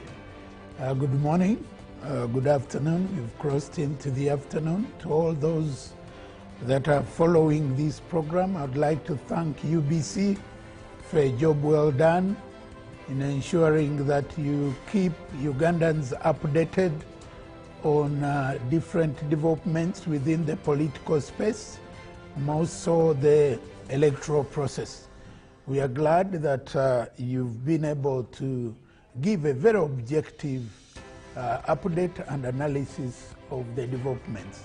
So thank you very much. I'm glad to be part of this show, and I'm available to share a thing or two about what is happening around us within the political space, more specifically the electoral updates. All right, it's a pleasure always having you and learning from you. And before we even get into the conversation of the observers and what you make of their report, let's just in a bit look at what Kampala looks like for now. Yesterday, the Honorable Misa Kabanda was announced as the direct member of Parliament for Kampala, defeating Louis Wongoya of the NUP party. What do you make of that win, and what does it mean for the NRM party? Yeah, it means quite a lot. One, I think people need to appreciate that the NRM applied a unique campaign strategy, which was dubbed the parish mobilization model, which then took the electoral process within the NRM in terms of mobilization to the structures, right from the SEC, the NEC, the conference, the district conference, sub-county, parish, and then village. So we were able to engage the entire leadership of NRM at the village level, where we have 63 leaders per village. And that has had a big effect on awakening the consciousness of members, and Kampala has benefited from that arrangement. I was in Kampala working with the Honorable Rose Seninde and we're working in Kampala and in Pigi at the parish mobilization model, and it has had impact. So what we are seeing in terms of the voter turnout, in terms of performance, has been an outcome of a deliberate strategy, an intentional strategy, and a purposeful strategy. And that's why we've been able to get even other MPs coming out. Getting 3 MPs from a point where we had none in the entire city is something good to write home about. So I'd like to thank the Secretariat that came up with that wonderful strategy. I'd like to thank the coordinators, and I would like to thank the chairpersons of the NRM districts within Kampala that made a great contribution to what we are seeing. All right. And what you can see on your screen right now is a congratulations for Honorable Shamim Malende as she holds her form, declaring her as the official Member of Parliament for the 12th August House right there. We'll definitely be getting sound and the sound that matches that footage in just a bit. But Honorable Mike Sabalu, just to come back to our conversation on what this means for Kampala. Yesterday, as the Honorable Mr. Kabanda was being congratulated, some questions that came through for her were in regards indeed to her campaign. Her counterpart, Louis Lubongoya, definitely is not satisfied with what came out of the result. But she also talked about her style of campaign, and she made mention of the fact that Louis Lubongoya did not campaign. He was overly confident and took it rather for granted. Do you think it's the same story? Yeah, I just want to say that I do agree with Minsa Kabanda in terms of campaign strategy. She campaigned, but also the party structures were available to campaign for her. Just like I told you, I was part of the team that worked in Kampala. We made the 63 leaders that make up Central Division in all the parishes that make up Central Division. A situation where you have a structure, you know, a good campaign depends on 4 serious pillars. The first pillar is candidate. Honorable, kindly allow me interject there as we hear from the Honorable Shamim Malende, who's looking forward to serve Kampala in the 12th August House. Currently, especially, the disappearances, the abductions, the illegal arrests, but above all, the fact that our President, Robert Kyagulanyi Ssentamu, his life is actually in danger. Right now, I specifically want to thank the people of Kampala for entrusting me with this mandate once again, and I promise not to disappoint. The biggest task that I'm going to handle is, first of all, to ensure that we defend our victory at the presidential level, because I know and I'm sure that the people of Kampala and Uganda did vote and have voted for Robert Kyagulanyi Ssentamu. I'm going to embark on the issue of bailing out our political prisoners, our comrades, together with our other team of legal officers at NUP. But I'm going to put the issues of the people of Kampala and Uganda at the forefront, especially issues touching women, the business community. Currently, you have all witnessed the irregularities, the rigging, but we shall not get tired. We are going to keep pushing until justice is served, until we are all free as Ugandans. The most important thing currently is to ask ourselves, how is our President Kyagulanyi Ssentamu faring currently? Because the last information we got is that his home had been broken into by some military personnel. And what is the stake, or what is going on in the life of other persons or Ugandans that are supporting change? Because we have also seen and heard that outside there, homes are being broken into and people are being taken, tear gas is everywhere and gunshots are everywhere. These are the injustices that we are fighting as the National Unity Platform. And we just promise you. All right, that is Honorable Shamim Malende, who says that what her victory means is that she is to ensure on, first and foremost, defending the NUP presidency, the NUP candidature and victory at the level of presidency, but also focus on the welfare of the NUP president, that is Honorable Kyagulanyi, and of course bailing out political prisoners and putting the issues of Kampala people, especially the women, at the forefront right there as she indeed gives her victory speech. Honorable Sebalu, it's like you had something to say into that particular matter. I really, first of all, I congratulate her for making it. Right. But I want her to be reasonable and apply intellectual honesty. There's great intellectual dishonesty when she talks of Kyagulanyi's victory being taken. She no evidence, no nothing. I think the politics of populism has no space in the future. She should appreciate that where Kyagulanyi has had great support, he's been able to win. He's won Kampala, and he was won largely in Buganda, where he has majority of supporters. Everyone knows that beyond Kampala, beyond Buganda, Kyagulanyi has isolated support out there. So for her to come up and say that the first point of her is to defend a victory, because first of all, the elections have not been declared. The winner has not been declared, so there is room for that.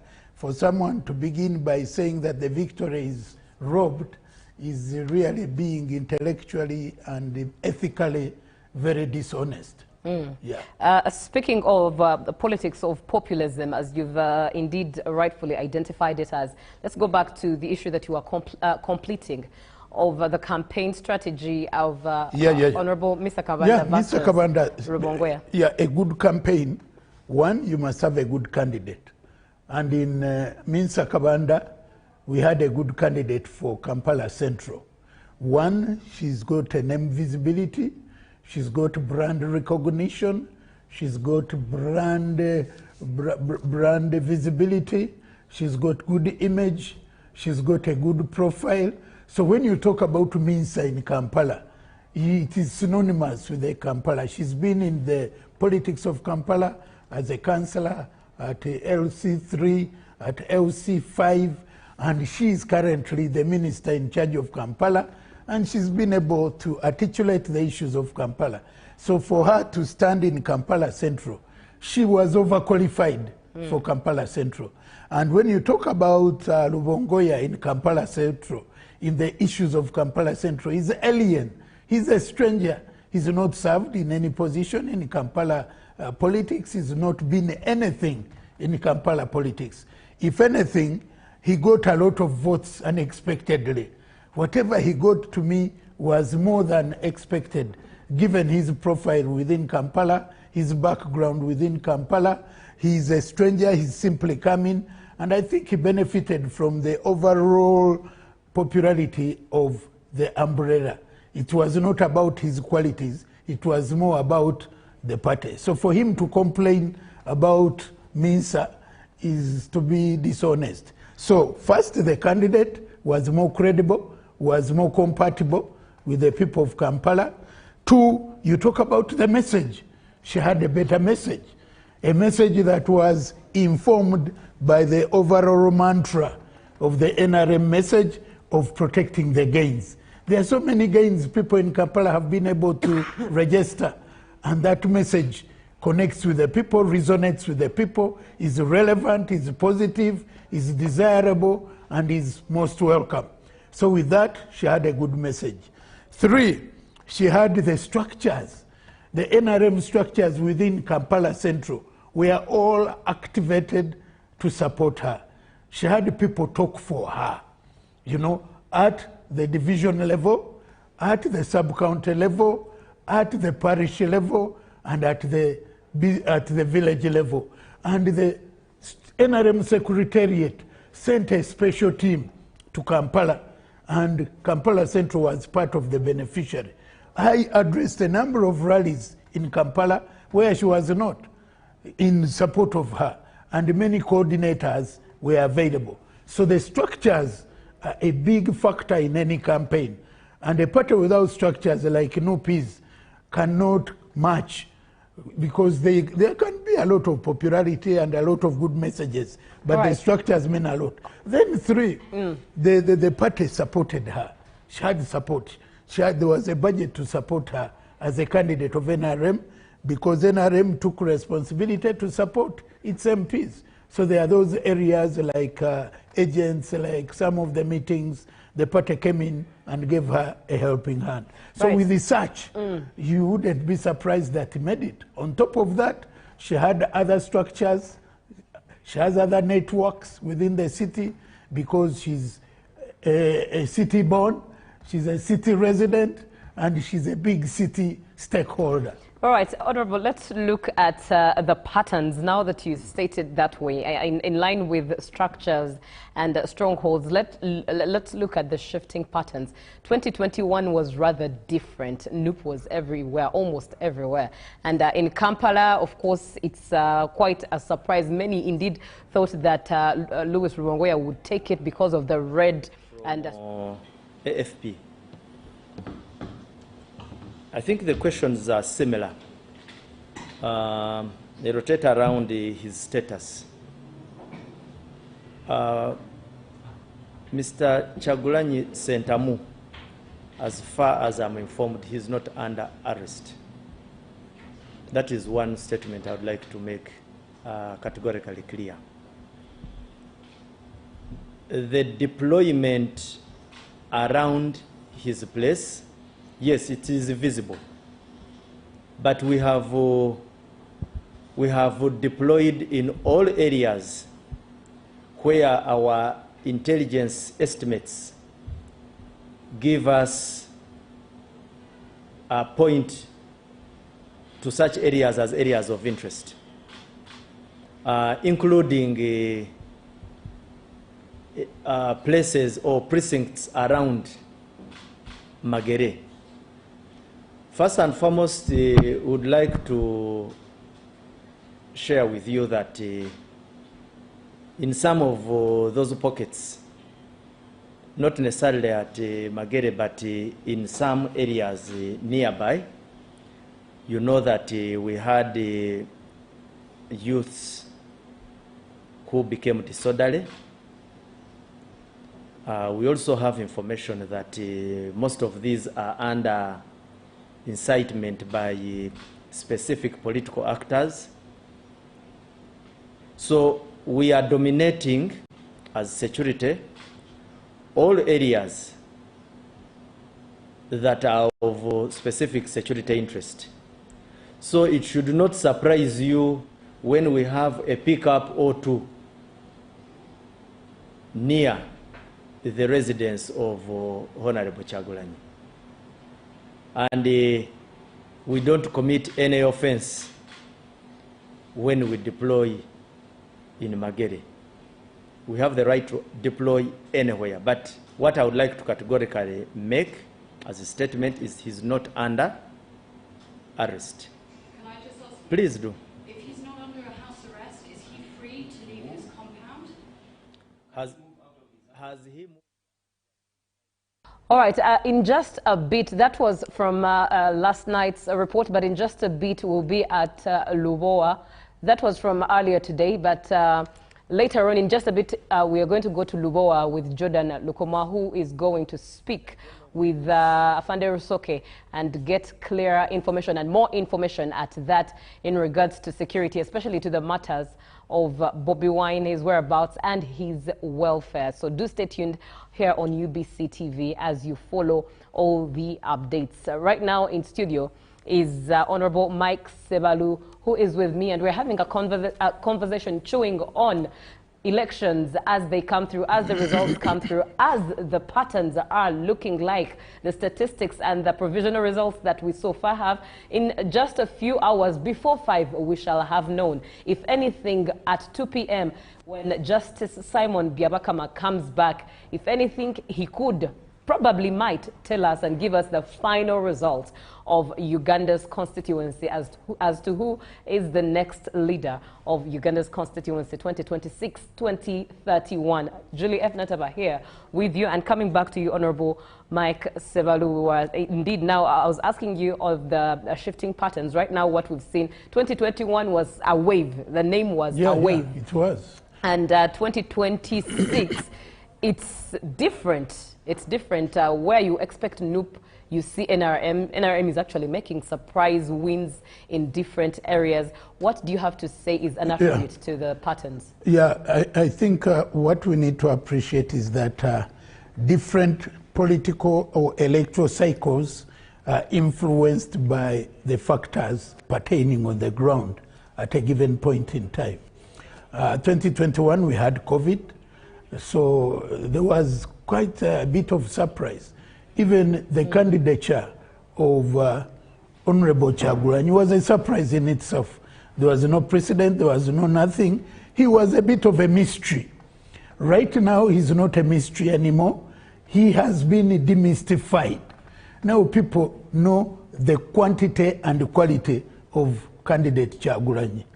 The NUP leaders that came out of that wave have been able to be assessed, and many of them have been found to be wanting in terms of leadership. So the excitement has disappeared, and so the operative situation on the ground is different. All right, Honorable, let's head to Lubowa right now.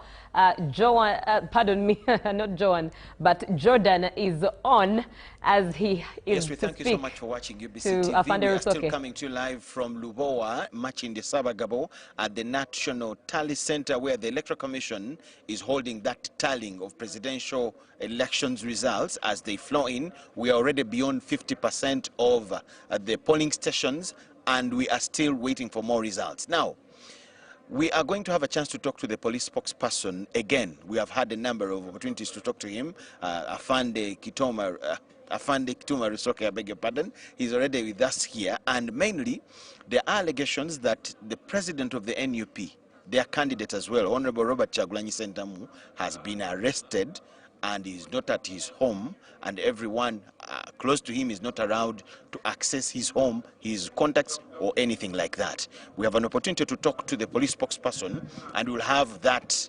cleared. Afande, good morning once again. It is afternoon. It is already afternoon. Good afternoon. Oh, good afternoon. Yes. We thank you so much. Okay. Now, what is the fact about this? Have you guys arrested Bobi Wine? One of the facts is that he's not under arrest. The other fact is that whoever is peddling this allegation is a naked liar. Why? Because he is in his home. And I guess you need to give the people the extent of the naked lie they gave. One, they said that we had deployed a chopper which came, airlifted him and took him to an unknown destination. Yes. Lie. It's not true. Is there anything that has happened that could have been misinterpreted as an arrest? No, they are trying to be relevant, and this is not the first time that they peddle this kind of lies. They come up one day, say someone has been killed, then it's not true, then they wake up another day. It has been a song. The only difference is that people still believe it. That's why they have found it. Because in other countries, you lie like this, you are even supposed to resign. You get it? But these are people who society has come to accept them. They are not answerable for their immoral conduct. They seem to be in a comfort zone of sorts.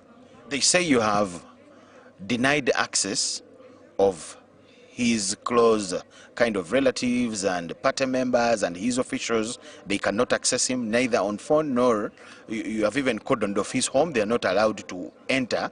At least if they entered, they would know that he's not arrested and come to tell the world a different story. Have you stopped anyone from accessing him, and why? There is deployment around Magere, like so many flashpoints and hotspot areas of the country. Of course, as security, we also cannot allow somebody to use his home as a springboard to cause chaos. But to say that we have sieged him and is under arrest is an overstatement. So what about the allegation that you have denied them access to the home? No, these are the same people. They thought they would use Magere for organizing a public disorder, and we said no. That's why it is a no-go zone. Who said it's not a no-go zone? That's what they say. It is a zone. You denied some people from accessing. It is a zone where they cannot go the way they want to do things wrongly. Yes, that's what I can say. Okay. So some people can't access it because of the information you have. They can't access it the way they want, and to particularly to fulfill the ulterior or those insidious motives. To calm down the situation and the worries and the suspicions, how can you help the world to know that the man is there, he is with no problem and he's okay? Let them believe us. The man is there. Only that, unless you are saying that again we should pull him out of his house to parade him before public, which is indecent. If that's what it may take. No, he's there. How about his phone calls, his contacts, is what they can't access him? I can't go into those details. What brought me here, you got information that he was not there. I have answered you, exactly. Okay, still around security. We've heard of some places that had shootings the previous day, people arrested. Is it Machindie, Samatuga? What happened last night in those places as police, if you can tell the world, and those who may be scared of going there, if they have relatives there, what happened and what is the state of affairs in those places? First and foremost, nobody should get scared of going around with his normal business. It is only lawbreakers who need to think twice. You cause chaos, you don't cause chaos and then start asking the outcomes of your chaotic behavior. Do your business well, go your normal business. If you have any discrepancy, go and use lawful and legal channels. Challenge whatever you want to challenge, but do not dream of using violence, because violence begets violence. Secondly, you cannot control the outcomes of violence. Because what some people want to do is to be violent and then question the outcomes. Why hasn't it come out this way? No. Once you begin a war, how it ends is purely, totally, it is a totally different business altogether. So we appeal to people. Use legal channels, means, and approaches in any area where you feel there is a what? There is a conflict. There were incidents in a few areas, pockets of the Greater Kampala Metropolitan, but in those flash areas we sorted it out. We came into contact with those rowdy and all perpetrators and applied our public order capabilities, which neutralized those things. There are allegations that in Machindi some roads are even closed. Is that true? Not now, at least. Okay. And even if it was to do, we would apply countermeasures to ensure that there is tranquility. Afande security ensonga nkulu tugenda kuddako mu Luganda tulina abalaba ku Star TV. Waliwo ebiteeberezebwa nti mukutte candidate wa NUP. All right, that is Afande Chituma Rusoke, the police spokesperson, giving us a report of what security looks like right now, and to one who was worried as to the welfare of Kyagulanyi. He mentions that he is safe and he is at his home in Magere, and also says that those who want to organize public disorder indeed have been stopped from accessing him. Is that with the pockets of insecurity here and there that you are seeing should not stop you, who is a peacekeeping citizen, from going about your business for as long as your intentions are well-meaning. And thank you, Jordan, from Lubowa, for giving us that insight into what the stand of security is like right now. UBC UG polls 2026. We are looking at the state of affairs as the votes are being counted for who the next president of Uganda is going to be. In studio, I do have Honorable Mike Sebalu, and we are chewing on matters here and there as they come through, and of course as the conversation does flow. Honorable Mike Sebalu, we were talking about the patterns, and indeed you did mention that 2021 NUP was not tested, it was a mystery, and 2026 it's known, so people knew what they were voting for. Yeah, it is demystified because that time there was a wave. People got excited. They took decisions without serious thinking, without serious consideration. And in many cases, they lost good leaders, replaced them with the leaders who have turned out to be not very meaning in terms of output. And the dynamics that have come up along the way, you know, with the Mpugas and all these breakups, the disintegration, literally, the counter abuses and malignment. So people have come to appreciate what NUP is in terms of quantity and terms of quality.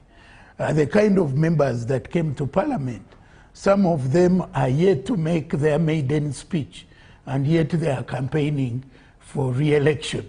All those dynamics have been able to demystify the mystery around NUP. So coming round, we prepared for them because we knew what they were made of, what they stand for, what they are capable of, and what their ability is in terms of leadership. And so NRM has organized and reorganized, and we've been able to liberate quite a number of constituencies that were hitherto occupied by NUP. Even in terms of performance, NRM is performing much better than it did in those areas that are considered to be NUP favorites. So basically, it is not surprising at all that in Kampala we are able to get 3 MPs so far. And even the average performance at the presidential level is much better. All that can be explained, and it is attributed to the strategy that we used. The strategy of using the structures, the strategy of using the leaders, the strategy of letting the campaign be owned, championed, and undertaken by the leadership across the entire structures. And it is paying dividends. Let's throw light onto areas like Wakiso, where still NUP is rather a stronghold. Yes, NRM has had its wins like in Busiro North, but if you look at Machide Sabagabo, NUP has won. Rubaga South, NUP has won.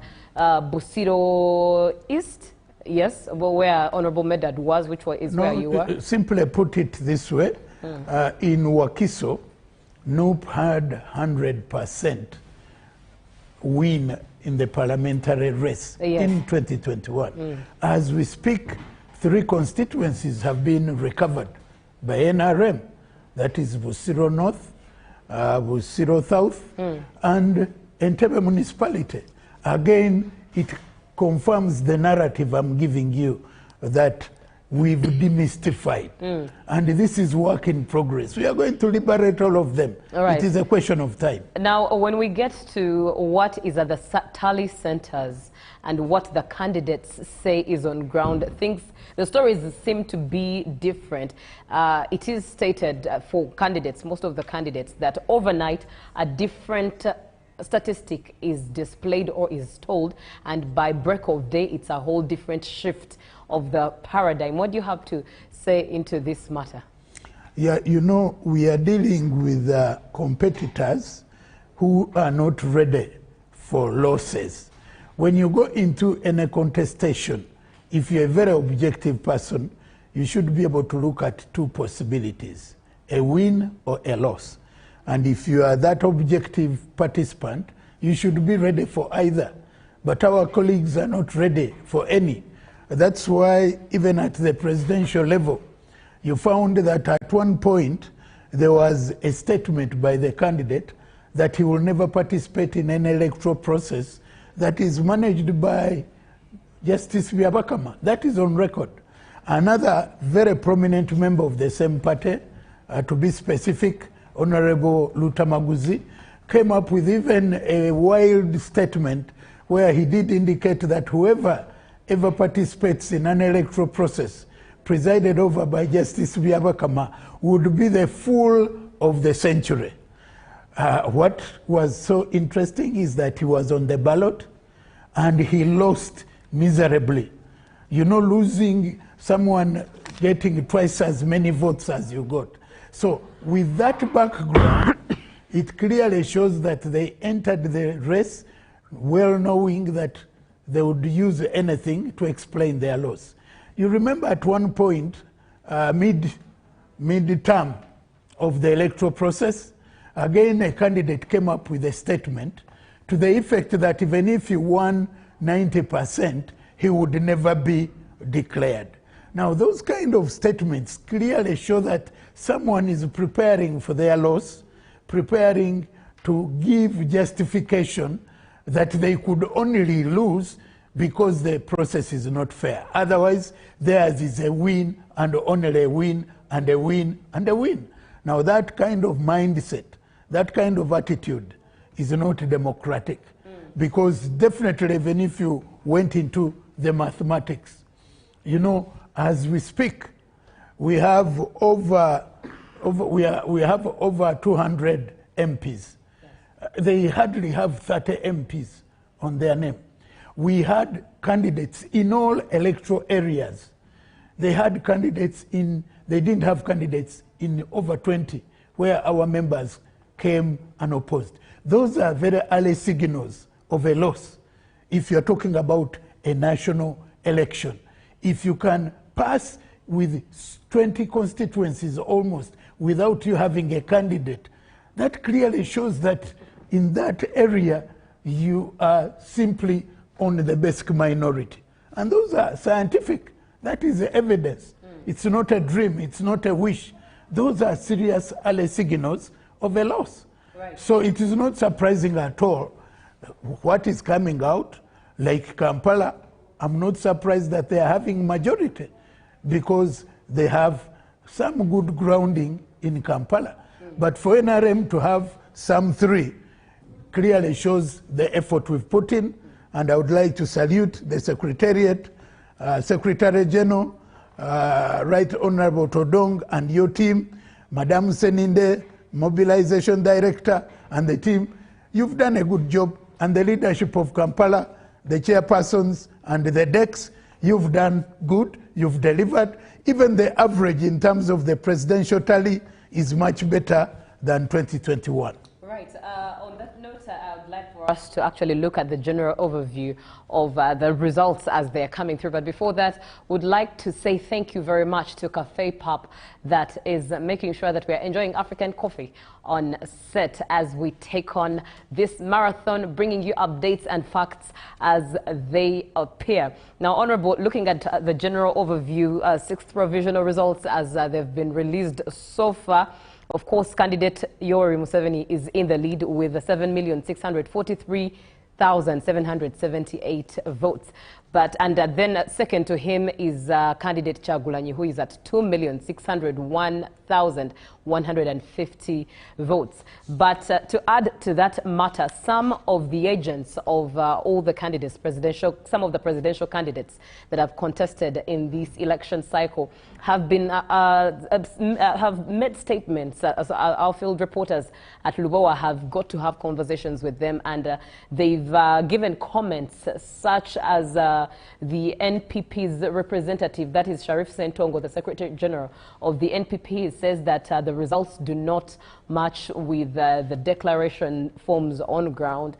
And he also says that the process has not been clean at all, and that Justice Simon Byabakama has not followed the law, especially with the question and event of the BVV case. When it comes to the BVV case, the aunt representative, the one representing General Mugisha Muntu, also said the BVV case was such a shady move, especially with how quickly the decision was made to switch to Ugandans using their registers, manual registers. Of course, many candidates indeed come through with different comments. With the provisional results as they appear right now, we are left with probably one. By 5, we'll be knowing who our president is 2026, 2031, and with some of the comments coming through from agents of opponent candidates. What is your general overview? My general overview, first of all, I would like to congratulate the chairperson of the Electoral Commission for having taken leadership to manage a difficult situation that was not foreseen. The failure of the biometrics gadgets was an unfortunate incident, but it needed good leadership to take a decision in order to avert a situation that would not be good. So for them to have taken a decision, and a decision that gives a formidable alternative, was something good to write home about. We need to appreciate the biometric gadgets vis-a-vis the voter register. What is PRIM? What is PRIM is the voter register. That is the authentic source of reference. What the biometric machines were going to do was to help validate what is in the voter register and put a higher level of transparency and make the process more accountable. Because what is in the voter register is what is confirmed by the biometrics. You know, your facials, your thumbprint, and all that. So without the voter register, the machines would be useless.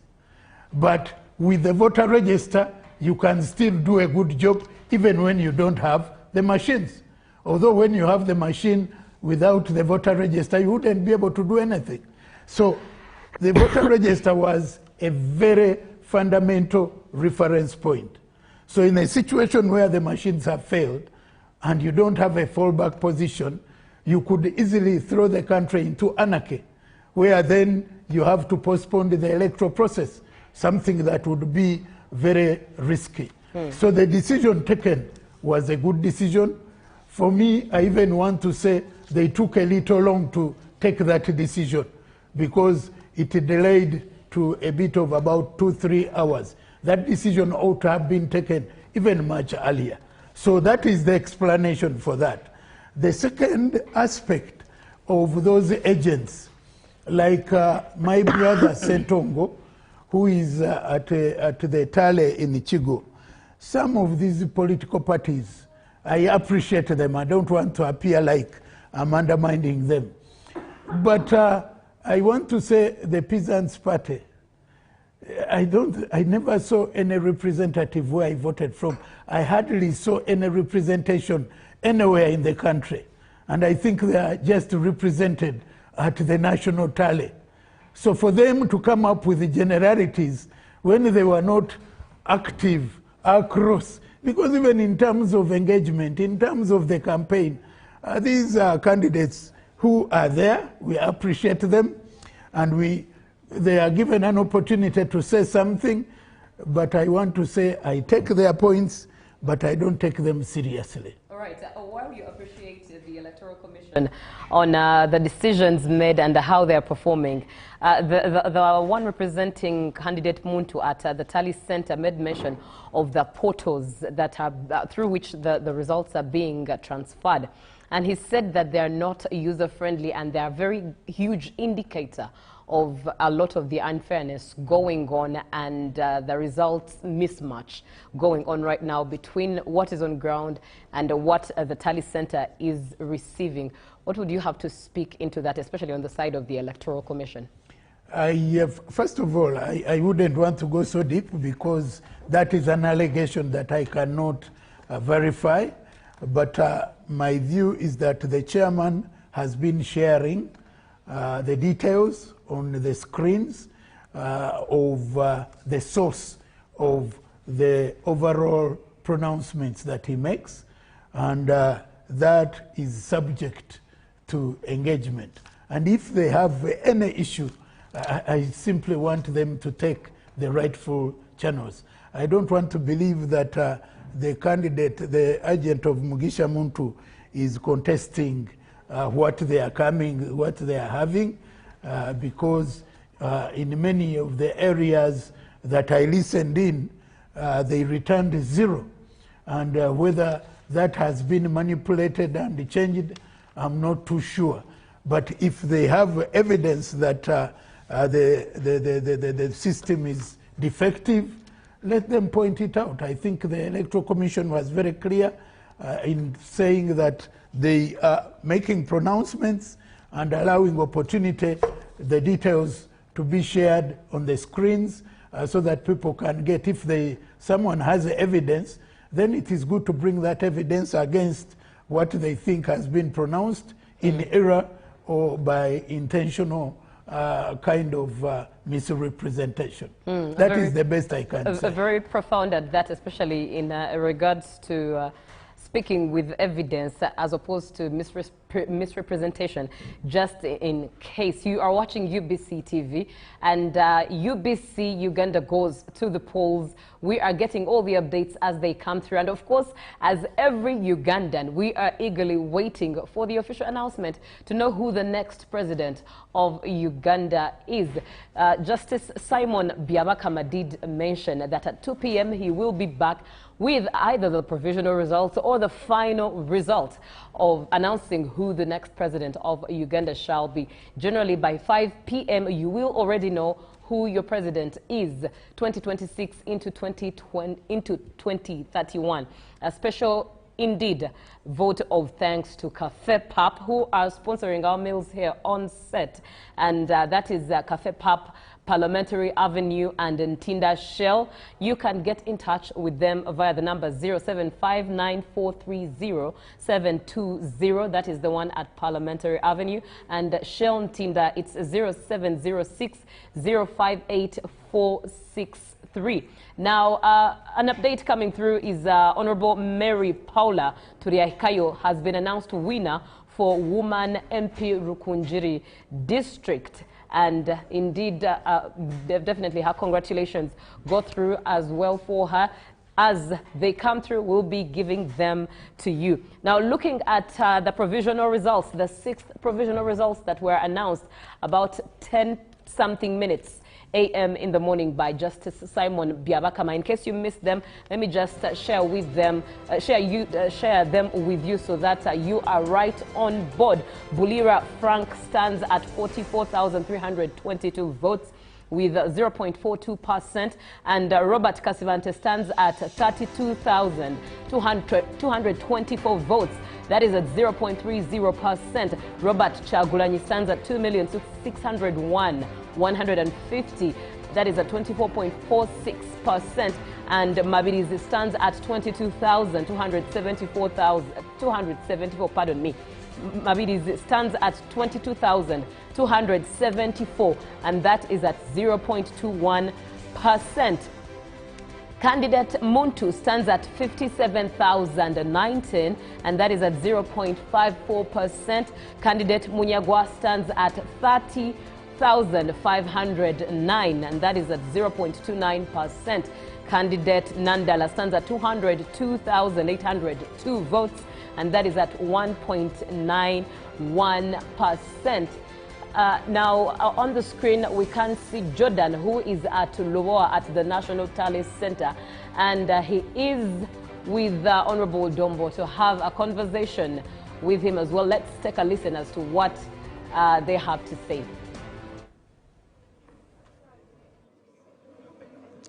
Yes, we thank you so much for watching. We are still coming to you live from Lubowa at the National Tally Center here, Machindi Sabagabo, as we wait for the Electoral Commission to come and give us another release at 2 p.m. We still talk to different stakeholders in the electoral process, political parties, security, the Electoral Commission, all of them, because they have information here and there that we need as the public. Now, I have the spokesperson of the National Resistance Movement, and that is the Honorable Emmanuel Lumala Dombo. They are leading in the presidential results that are provisionally available. We want to know how have they made it. There are also allegations, Ntibabie. Is it true? How have they, what is the magic? Honorable Dombo, good afternoon. Good afternoon, and good afternoon to our viewers. Yes. First of all, how have been the campaigns, the whole process to now, ever since your candidate was nominated to now? How has it been?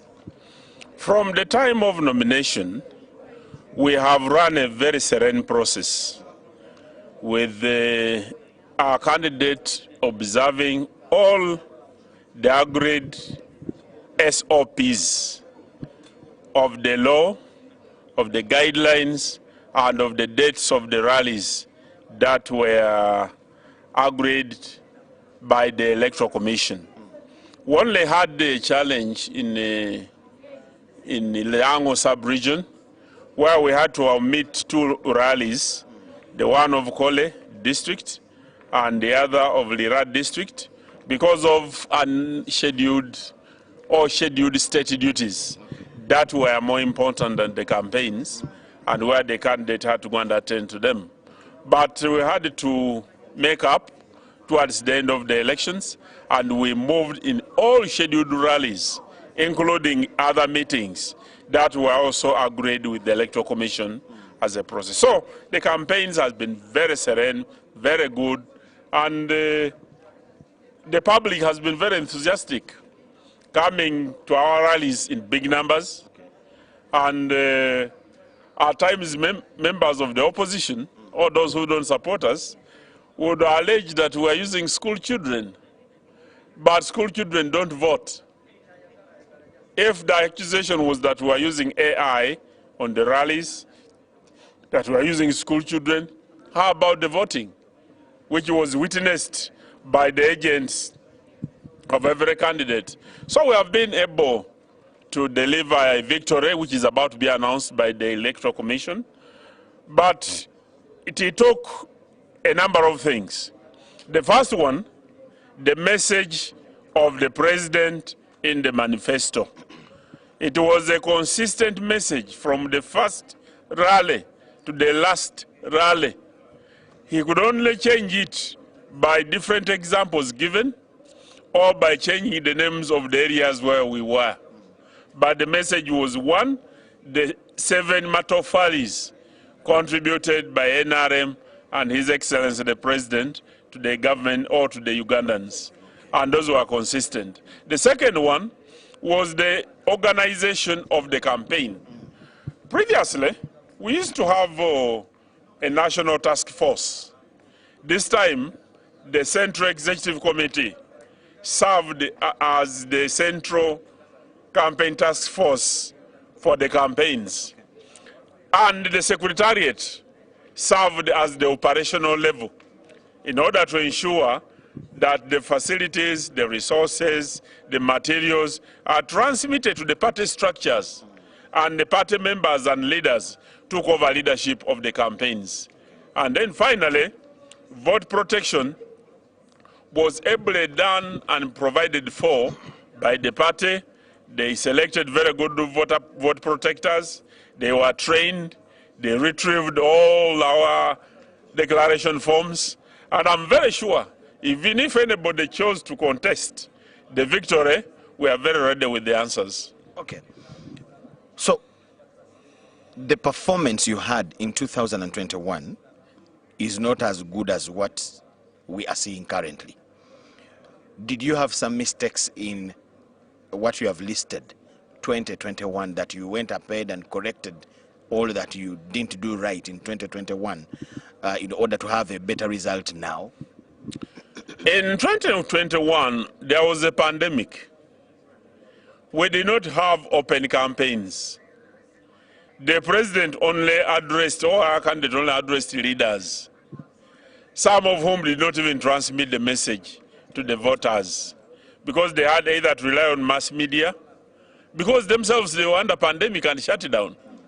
So under such circumstances, we were bound to perform the way we did. The regulations were not favorable. The president would only meet leaders. There was altercation between the opposition and the security forces, part of which affected our performance as NRM, because we were being accused as if we were the ones sending the security forces to confront the opposition. So there were many things that did not favor us at that time. This time, the organization has been good, the resources have been available, the security improved on their human rights record, handling the population, and all of us have been beneficiaries of the improved status of the affairs. I've seen an improvement in the results in Buganda region. What do you bank that on? Buganda is not different from any part of Uganda. Yes, but you didn't perform well 2021. The people of Buganda expect good services from the politicians, expect good water, they expect good jobs, they expect security, they expect good health services, they expect good roads. Now, if they are members of parliament, irrespective of the parties that they are, who do not provide those things to their people, the people will get tired and they'll vote them out. Because the members of parliament who come to parliament, they get better money and they are well off. They are taken abroad to be treated. So they must also talk for their people, for them to be well off. They must work for the wealth creation of the population of Uganda. They must work the good roads to be improved. So the statement in Buganda has been that the voters are tired of rumor mongering, altercation. They want services, they want good roads. Here in Kampala, for instance, why should people be in the ghetto with bed bugs when the government is here with people who can spray bed bugs? Were they accusing you for the same problems in 2021 as the NRM? Partially, yes. In Buganda, there was a wave because the young people came and promised heaven on earth, but the people discovered that these people did not have heaven. They had hell instead. So these people delivered the hell with a lot of lies. And the people of Uganda have refused that. So amongst the NRMs, we have lost many important people. We have lost ministers. If they did not cling on government programs to do good service to the people, the population will throw you out. Okay. Ndina abalabi ku Star TV tugendemu ko mu Luganda. Kiki olowooza kibayambye okukola obulungi leero okusinga bwe mwakola 2023 nga NRM? Njozaayoza bannayuganda abali eyo.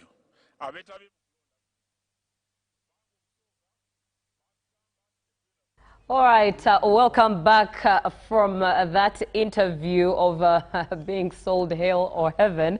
That is Michael Jordan Lukomwa, who has been speaking with the Honorable Dombo from the NRM party. Now, at this point in time, definitely UBC UG goes to the polls, and it's that time I get to hand over to the newsroom, but we'll be right back with Honorable Mike Sebalu to speak more into the matters and events as they unwrap. And we'll definitely look forward to a conversation from the chief mobilizer, Honorable Seninde. She'll be speaking with us a little later on. And former EC chairperson, Badru Chigundu, will also be having a conversation with us. Looking forward to those conversations, but definitely so looking forward to what the newsroom has in summary, of course, with what's happened, but of course, most importantly, the updates coming through as to who has won, who has lost, and if the numbers have increased for the different parties in regards to parliamentary representation. It's UBC TV that you are watching. UG goes to the polls 2026, and definitely eager to serve you, definitely eager to give you all the information that you need as it comes through and indeed as you receive it. Thank you so much for being on as well. For those who are sending text messages to our text number, thank you so much for notifying us and allowing us to be your company in your living rooms, especially as you spend time home in this rather forced or long holiday, but one that has allowed you to relax on just your screen, getting back a bit to the analog, seeing as in Uganda it's quite dark with no internet whatsoever. It's a good afternoon, about 2 minutes after 1 p.m. and indeed it's that time that I get to hand over to the newsroom. Good afternoon.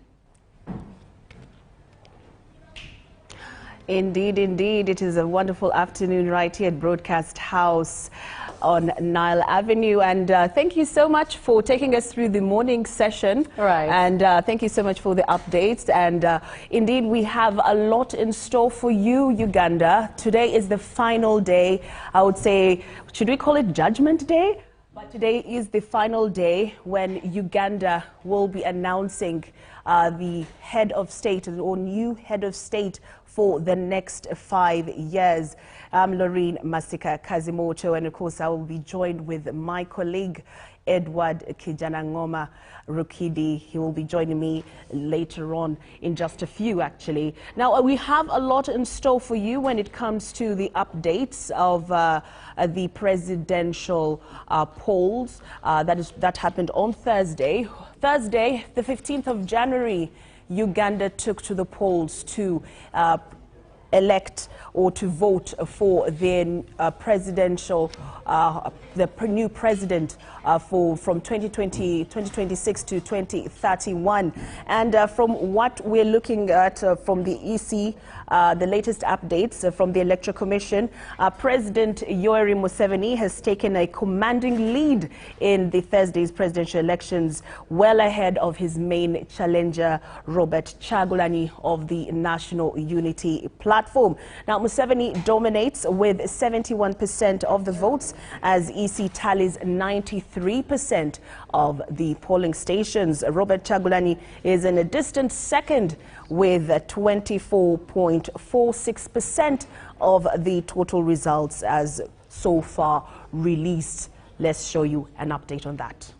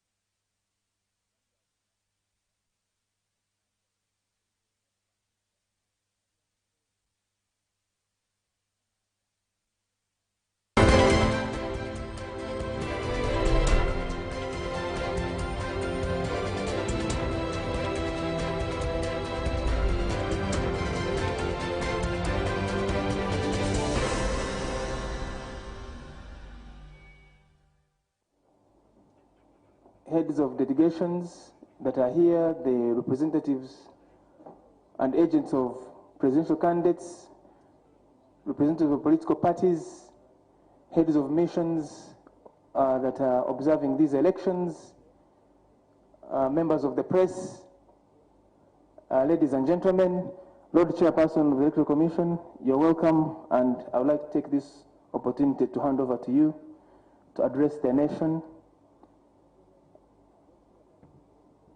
which is waiting for the message of the Commission this evening. Thank you, sir.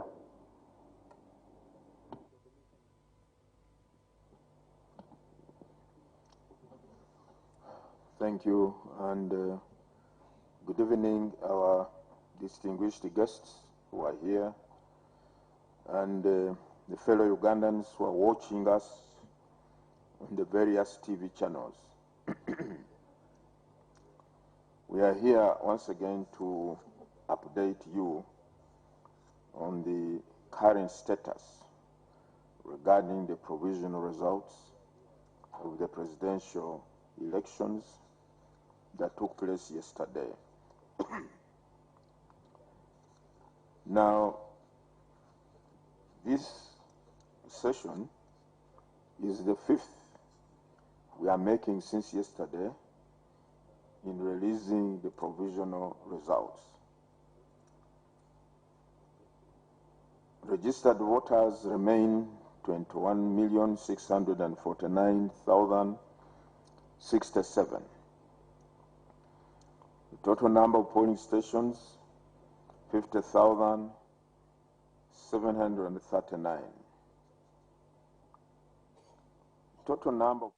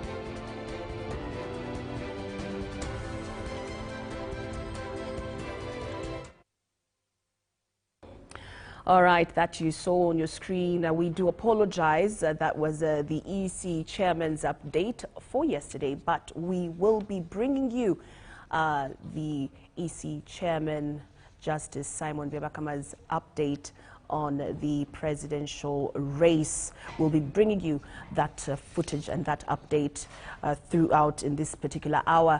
I am finally joined by my colleague, Edward Kijanangoma Rukidi. Thank you so much for coming in this afternoon. And it indeed is, I should say, a bit tense. It's a mixture of tense and excitement at the same time. It is the final day, the day that all Ugandans have been waiting for. And so yes, Lorraine, good afternoon, viewers, and thank you, Lorraine. Indeed, it is, as you say, it is a day of mixed emotions. Yes. Some of the people who thought probably they would win have lost. Others Yes. who have won are actually celebrating. And so there's a lot that is going to be taking place in the course of the day, but also in the days coming ahead. But also we need to understand that, of course, the news that has been coming through from the National Tally Center in Lubowa, the results are there for everybody to see. Yes. And of course we shall be talking later on this program about some of the areas where things have actually changed, where the unexpected happened, but that will be in the course of the day. But for now, I'd like to actually talk about what is out there in the open. That is allegations that the National Unity Platform presidential candidate Robert Kyagulanyi Ssentamu, has been arrested, and that his home has been, broken into. But the police has come out to actually say something about what these rumors are all about, and let's hear what the police has to say. The comrade from AFP. I think the questions are similar. They rotate around his status. Mr. Kyagulanyi Ssentamu, as far as I'm informed, he's not under arrest. That is one statement I would like to make categorically clear. The deployment around his place, yes, it is visible, but we have deployed in all areas where our intelligence estimates give us a point to such areas as areas of interest, including places or precincts around Magere. First and foremost, would like to share with you that in some of those pockets, not necessarily at Magere, but in some areas nearby, you know that we had youths who became disorderly. We also have information that most of these are under incitement by specific political actors. So we are dominating as security all areas that are of specific security interest. So it should not surprise you when we have a pickup or two near the residence of Honorable Kyagulanyi. And we don't commit any offense when we deploy in Magere. We have the right to deploy anywhere. But what I would like to categorically make as a statement is he's not under arrest. Can I just ask, please do.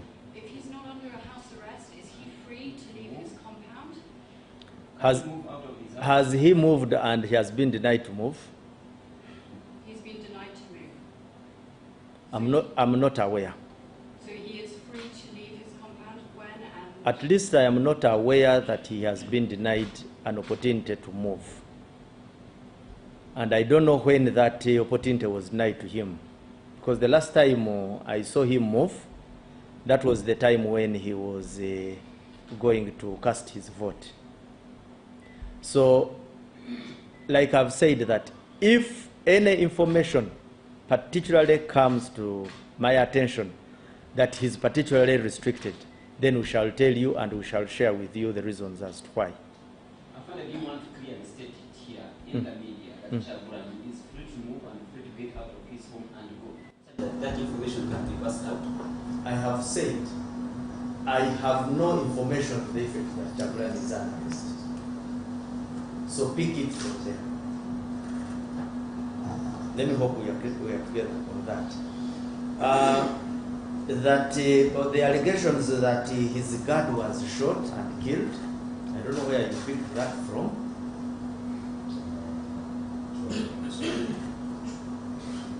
Yeah, you can see, and you know the quality of social media in the world today. It is full of very serious allegations, very unverified, and very insightful. I think let's always pick information from credible and reliable sources.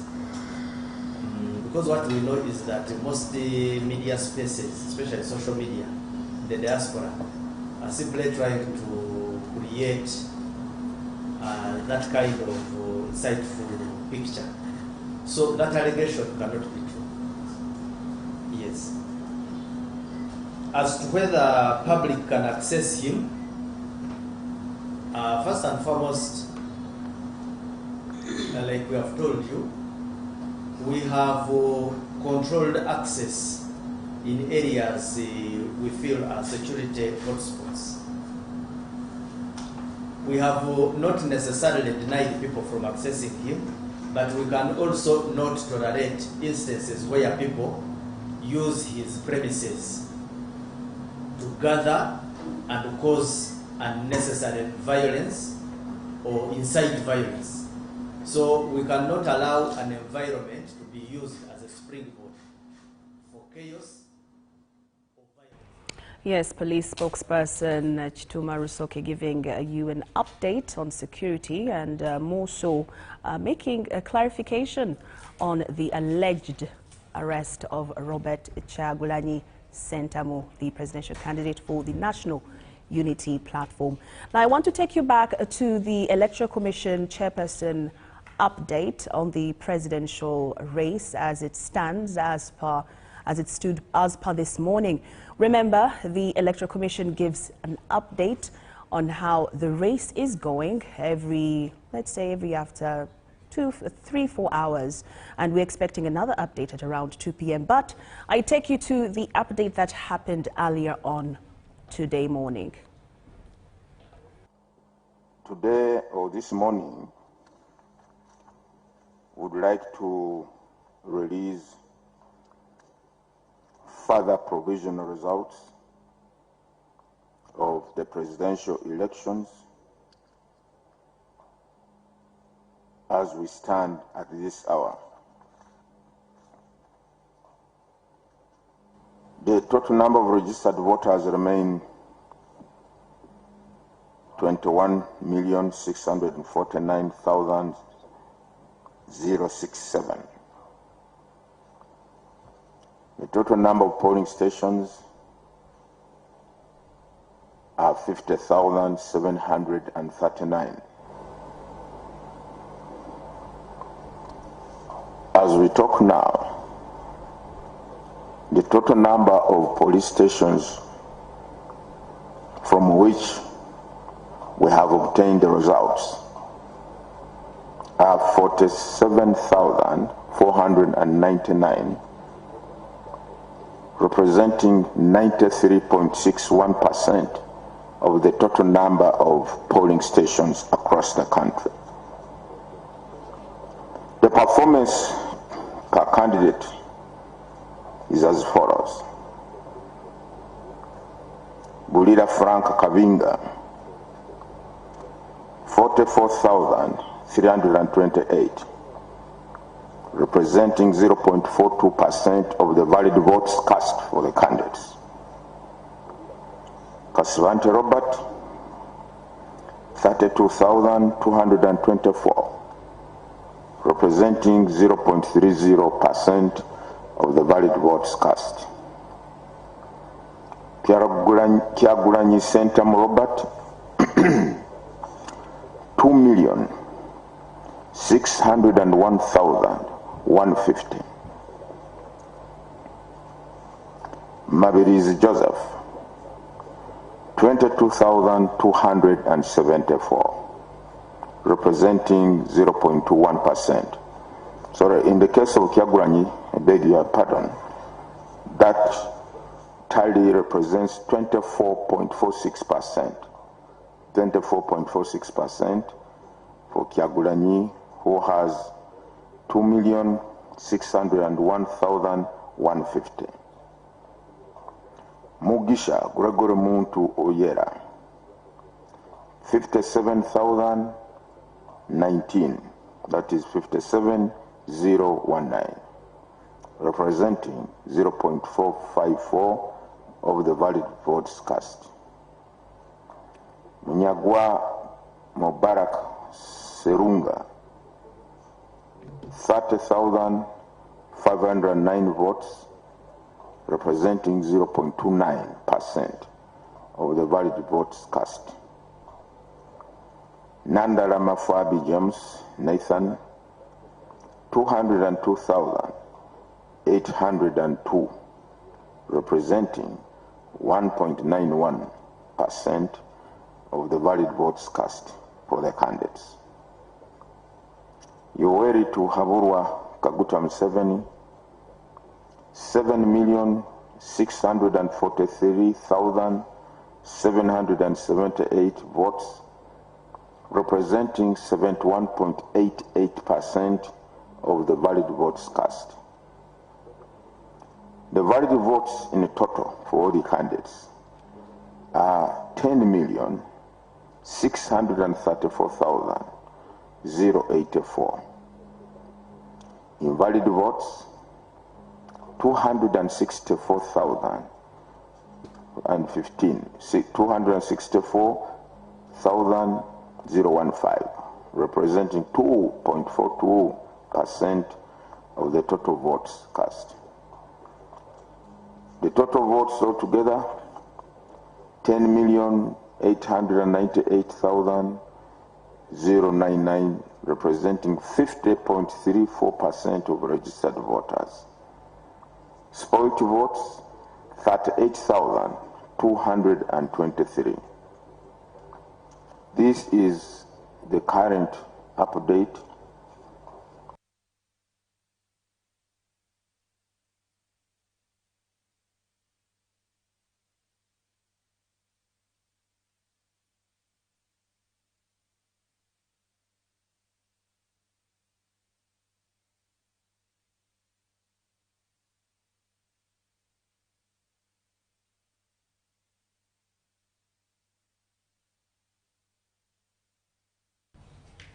All right, that is the Electoral Commission Chairperson, Justice Simon Byabakama, giving an update on how our standing when it comes to the presidential race. And as you have heard from him, he has given you an update when it comes to votes and tallying into in percentage form as well. We continue to bring you updates on what is happening, of course, across the country. And of course, we have heard, Edward, a lot of celebrations here and there. It's mixed feelings, you know. We've been getting updates from some of our reporters who are in Kololo, at the Kololo Tally Center. Updates are coming in real hot. So don't dismay.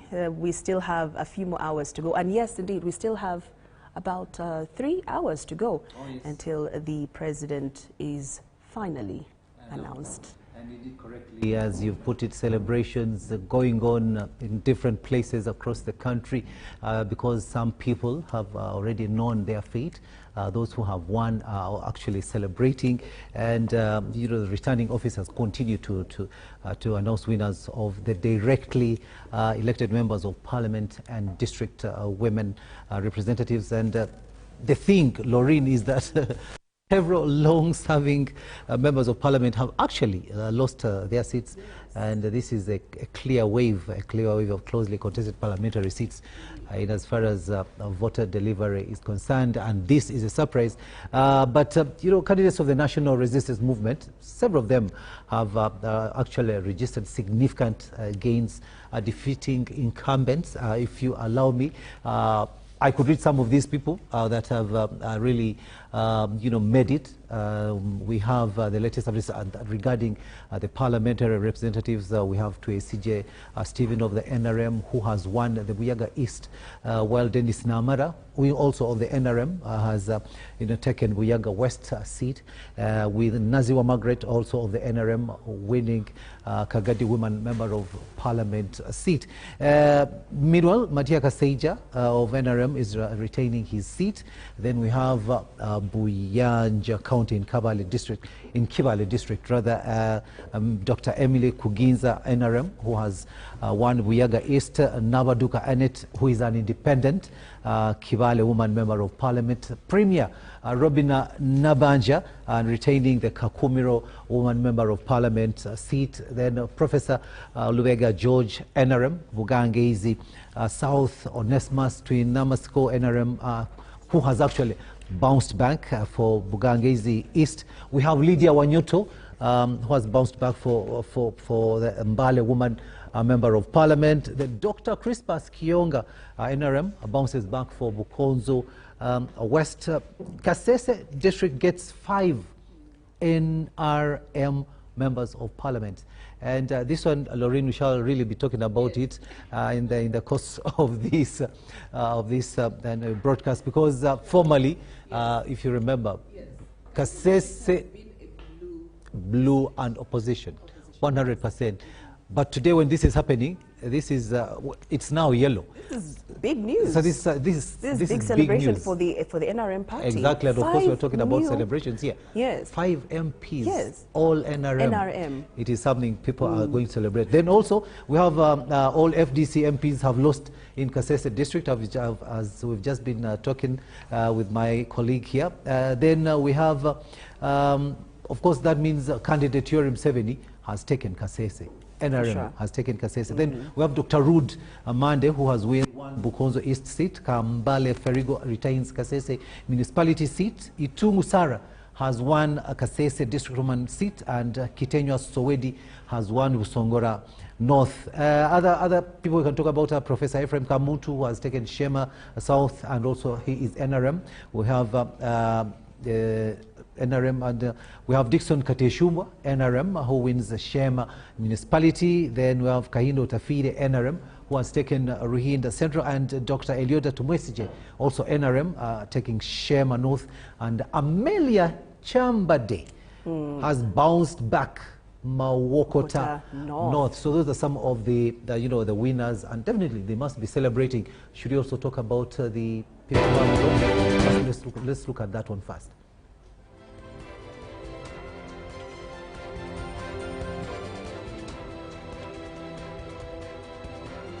At the parliamentary results, the big shots who lost, we do see NRM Beatrice team losing her seat there. Another is NRM, also for NRM, Joyce Kaduchu Morichu, who also is a state minister for education. We also have NRM's Adoa Helen, who has also lost her parliamentary seat as well. And by the way, might I add, some of these are cabinet ministers, so you can imagine the impact there. We have other big shots who lost their seats. We have NUP's Semakula Mutamaguzi, who lost his parliamentary seat. UPC candidate Betty Amongi, that is for the Lira City Woman Member of Parliament. She also lost her seat right there. Not forgetting Henry Onyem Okello also losing his parliamentary seat. More losers stood for independent this time around. Theodore Sichikubo was losing his parliamentary seat this time around.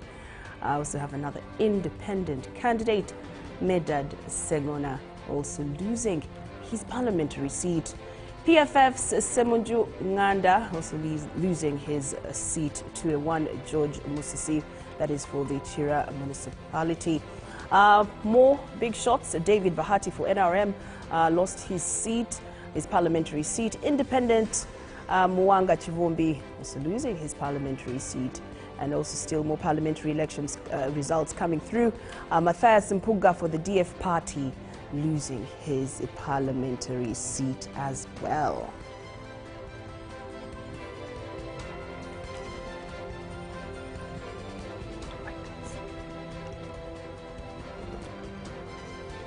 All right, we still have more winners here. Yeah, these are the winners here.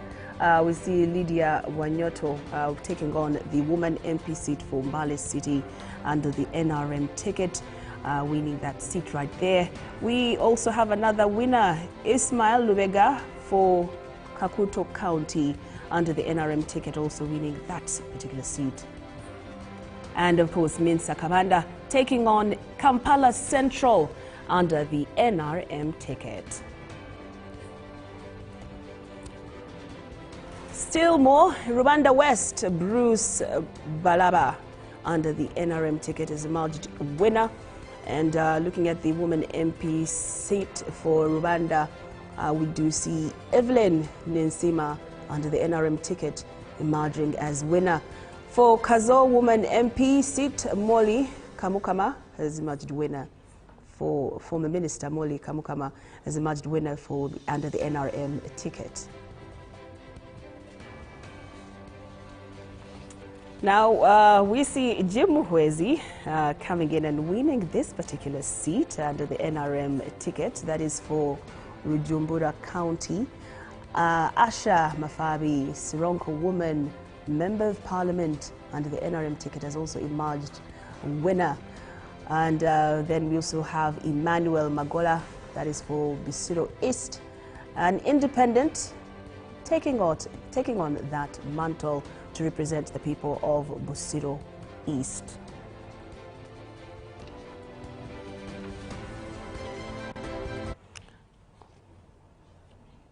We will be bringing you some more updates on that. Now, of course, I think those are the... Oh.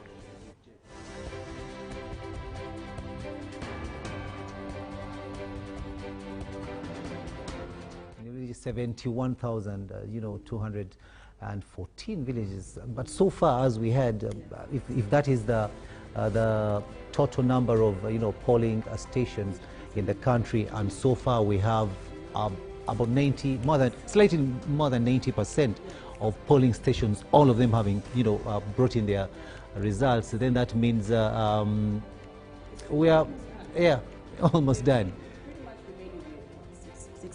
Exactly. Remaining, which of course by end of today we would have those results for you.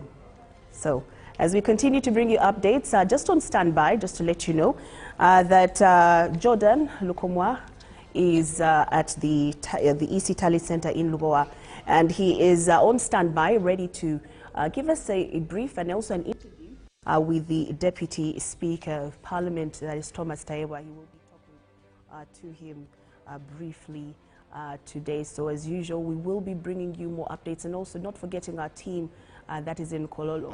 I will also be bringing you results as they come. Yes, we thank you so much for keeping it UBC TV. We are still coming to you live from Lubowa, and that is Machindi Sabagabo, Wakiso district, where the Electoral Commission is holding the national tallying of the presidential results as per the electoral process. We expect the final announcement today. And as we wait for the other update at 2 p.m., we are talking to different stakeholders as per the electoral process. Now, we are privileged to have a chance to talk to the Right Honourable Deputy Speaker of Parliament, that is the Right Honourable Thomas Tayebwa. He is also an NRM member. They are winning. We want to know, just to get his view and a number of other issues. Right Honourable, we're delighted to have you on UBC TV live. Thank you. What would be your comment about the whole process from nomination till where we are? What observation have you made? Number one, at first thank Ugandans, because I've seen the provisional results as we await the final announcement. Thank Ugandans for putting trust in our president, in our party chairman, and our party, our flag bearers. Because from what I'm seeing, it seems we are doing extremely well. Number two, to say that this was years and months of good work. But also majorly of explaining to Ugandans what has been achieved by government and diffusing the lies of the opposition. And no one could do this much better than His Excellency the President, who repeatedly focused on a very strong message. Because you know how difficult it is to stand with someone who just says we are protesting, that is a protest vote. Because you see, if it's a contest, you want to weigh someone's manifesto against yours, you respond. But we even had no way of responding to a protest manifesto, because the issue was we are protesting. Now, that made His Excellency the President, our candidate, to focus majorly on explaining to Ugandans that whereas these people are protesting and seem not to know what we've achieved as a country, there are gains, very clear gains, that we must protect and consolidate. And then as we look forward to a much better Uganda. So I'm really excited, and I think that was a differentiating factor. Yeah. Honorable, you are an MP, and protesting does not build a country. Protesting does not. But giving a clear program, a very clear manifesto, builds a country. When I'm voting against hope. I'm hoping that the leader I'm going to choose will do ABCD. But when the leader I'm choosing is saying, no, we are protesting, then I don't know, even if I had a vote for you as an individual, it becomes totally difficult for me. Your roots are in Parliament as a leader. You have big trees that have fallen again in Parliament. I was asking Honorable Dombo here, and he added his answer, but now you being in Parliament, why would a big party leader be uprooted in the village? Why would a minister, a big person in the country, big in the party, big, get problems to win an election in the village? Do they get too busy in town here because of the assignments in the parties and in Parliament and wherever, and get problems in the village? What really goes wrong? You know, my colleagues who lost are still in pain. I don't want to be seen judging them. It's empathy. Empathy requires that you feel for your colleagues, because we have that spirit of Ubuntu, and it always feels painful seeing a colleague exiting the house, you know, unwillingly. In Parliament, you people always see us on the floor. The debate is hot, the near exchange of blows and all that. But behind the scenes, we are family. We share meals in the committee. We attend each other's parties. You find sometimes we are all struggling. You share fuel. So we have that connection as honorable colleagues of Parliament. But unfortunately, when it comes to choosing, we have to go and support our own party, because each one is deploying. So I feel for my colleagues who lost, but again, I'm happy for those who came, because even me, when I came, someone was happy for me, and unfortunately, that's the life in politics.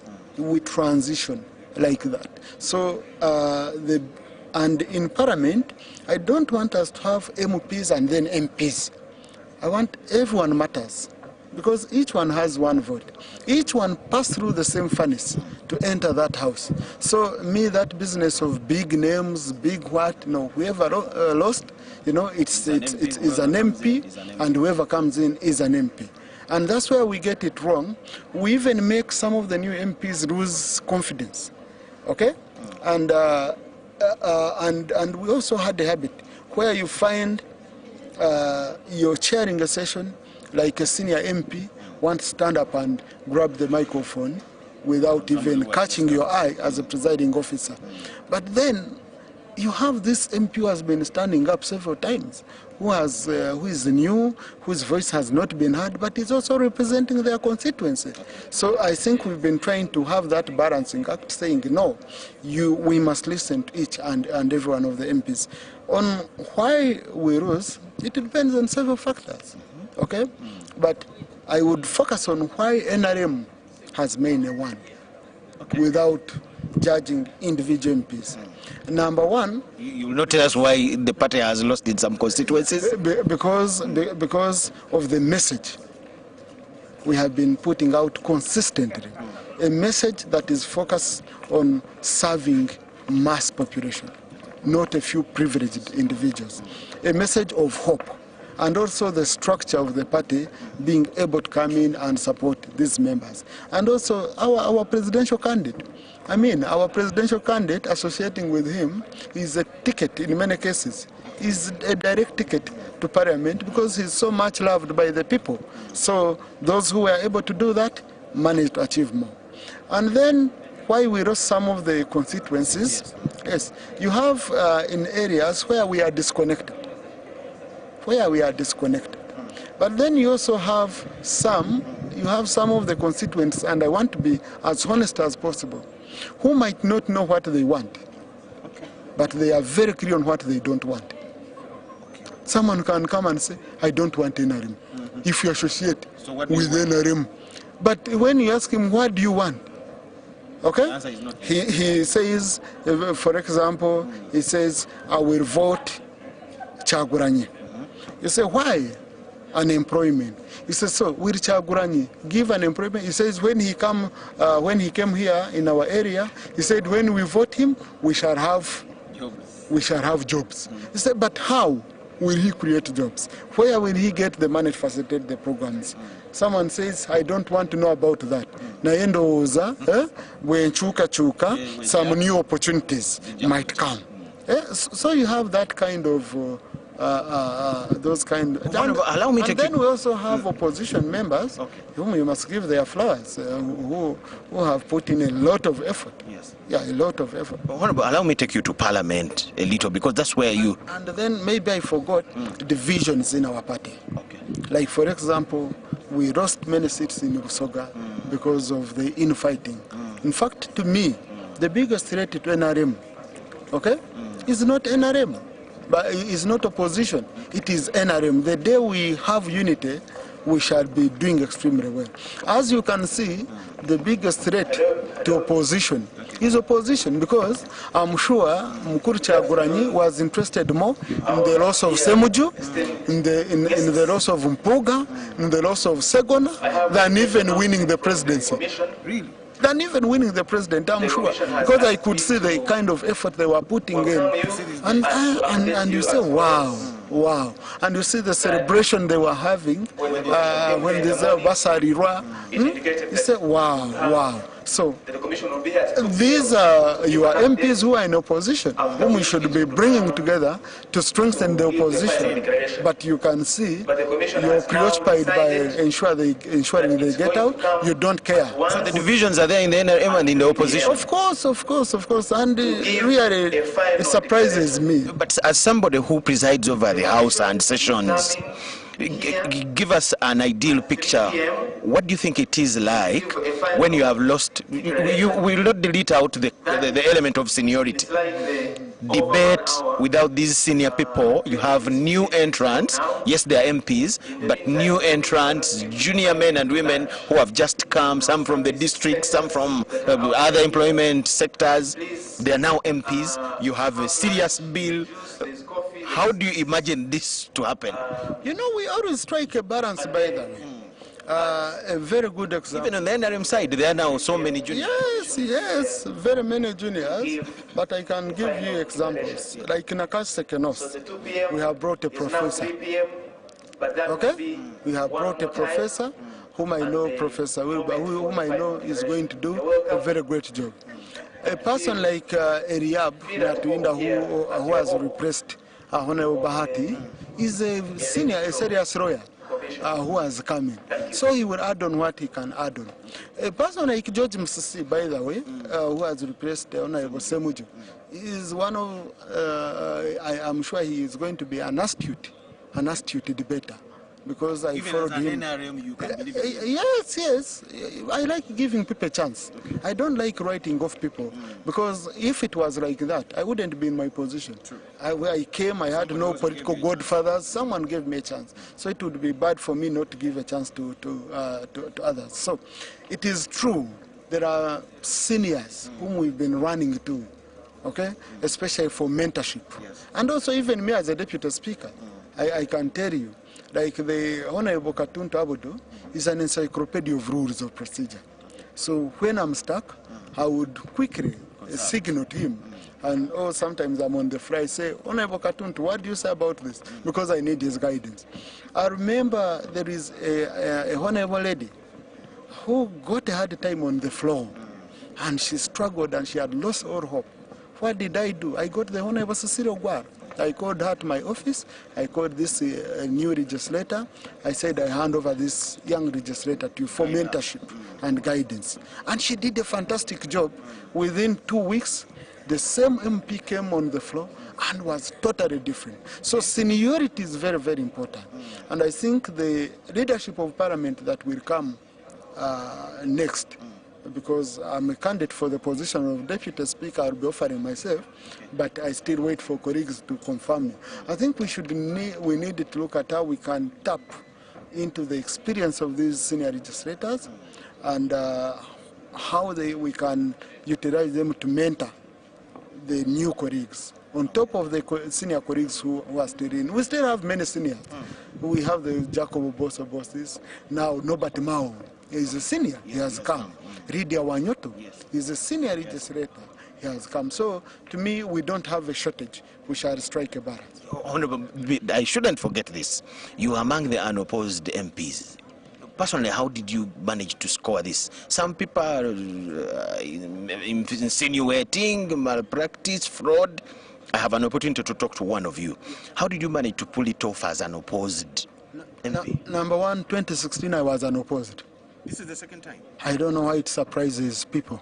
2016 I was unopposed. How do you do it? 2021 I was almost unopposed when you look at what I got. Okay?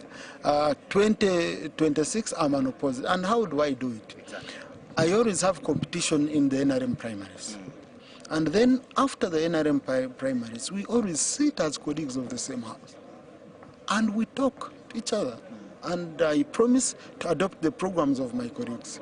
And I usually tell people that, like one philosopher said, that you judge the competence of a leader by how he treats those who he doesn't agree with. So the people he don't agree with within the NRM, when we finish the primaries, I reach out to them. I can't just go and celebrate. I've never had celebrations after primaries. Because, yes, how do I celebrate over winning over a member of the same family? You know, sometimes the celebrations we make, the words we use, they create a lot of enmity, but also during campaigns. I'm always cautious that after campaigns, I will need this person.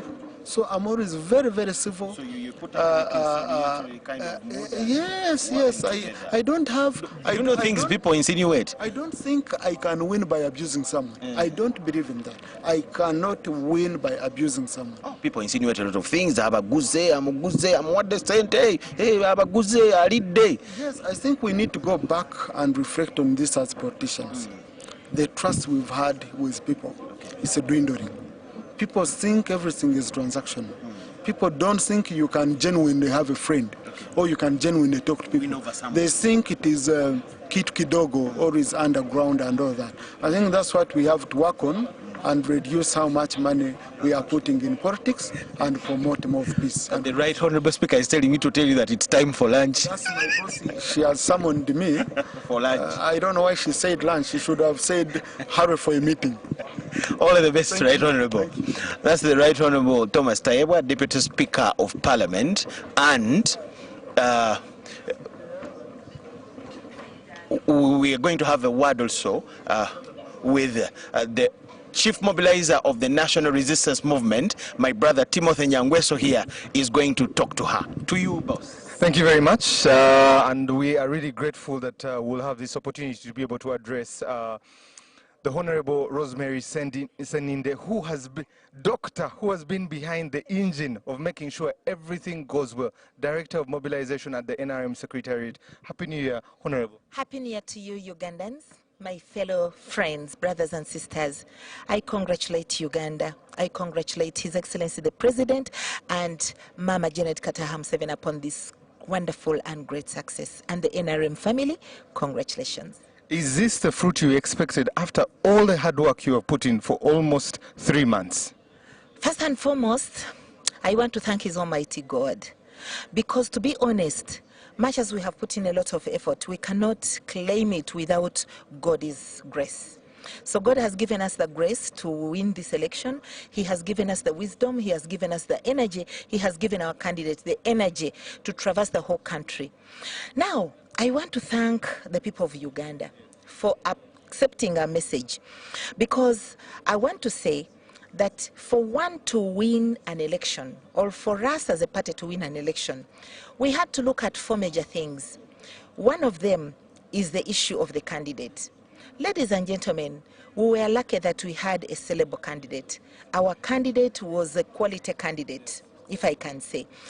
He had the image, he had everything it takes for him to be accepted by the people of Uganda. Number 2, we had the best message. Our message of protecting the gains is a very crucial message. It encompassed a lot of things. When we talk about protecting the gains, we are looking at the peace, the security and stability of this country. We are looking at the security of the people of Uganda and their properties. We are looking at the development and you know, and the wealth creation. Because let me tell you, there is nothing you can do. You cannot develop, you cannot even talk about socio-economic empowerment when you don't have peace. Interest alone is very, very important. So the issue of the message was very crucial. But then you also look at the method. The methods you use to deliver that message and to reach out to the people. So for us, we had the structures, and we want to thank the members of our structures, the leaders at the grassroots that have been the campaign teams of our campaign. We have worked well with them. They have been delivering the message that our chairman gave us and the messages that we designed, summarized the manifesto, and we gave them those messages, and they delivered the messages. So everywhere the president hadn't gone yet, the messages were being delivered. By the time the president would come for his rallies, he was only emphasizing. Even where the president had left, we were always there to ensure that our messages are really concretized and the people get to appreciate and understand. Many other strategies we put in place, but that was the major strategy of ensuring that we use the village mobilization based strategy. So that one alone has really helped us do wonders. I want to say, in the last elections in 2021, NRM didn't perform well, and I also understand, I know, we all know, that the president got about 5-point-something million votes. Our target this time around was between 8 to 13 million. I'm sure if the turn-up was high, we were going to score more than that. Yes, the turn-up was low, lower than we anticipated, but we thank God that we have gone beyond the 5 million we got in the last elections. So getting 7 million, and I'm sure by the time they are going to announce the last votes, I'm sure we shall have reached around there. We shall be nearing 8 million. To me, I think we have made it.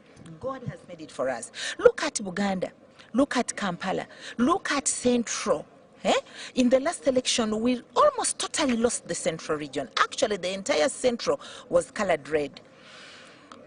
Maybe the people were convinced by what our counterparts had convinced them, but I'm very glad that the people of Uganda have been able to appreciate that the heaven people promised them on earth did not come to pass. So the people woke up by our messages, they woke up by the things the president has done in the last term, in the term we have concluded, because we must appreciate that President Museveni implemented, and the NRM government implemented our manifesto that we are concluding, which had in it the PDM, the parish development model, which has helped Ugandans. People of Uganda have realized that the government can do that much to empower them and help them move forward. Because it is through the PDM, people have been giving testimonies how they have been able to use that 1 million to develop, to even employ others. The skilling programs for the young people that the president has put in place in all regions of Uganda. Young people have been giving testimonies. They don't even admire going to offices because they can now start their own businesses. They can even employ other people. They have created jobs. And because of those things, the people of Uganda, even the young people, have woken up. I want to tell you, my brother and our dear viewers, when many people realized that the young people had registered to about 13 million, between 18 years to about 35 years, everybody would say, when the young people get confused, because we have always believed that there are times when our young people can be swayed. But to be honest with you, if you look at these elections, the story has been different. Even the young people have been a blessing to us. So I want to thank everybody who has participated in this, that we have reached this not as a single person, but as a team of the NRM family. But I want to thank in a special way His Excellency the President. All the things that we have done is because of him. He has been our chairman. He's actually our chairman of the party, much as he has been our candidate. He has been constantly guiding us on the strategies that we have employed. The President has been at the center. Actually, as a candidate and as a chairman of the party, he has been at the center, guiding us from time and again and giving us very good guidance. Your Excellency the President president of Uganda.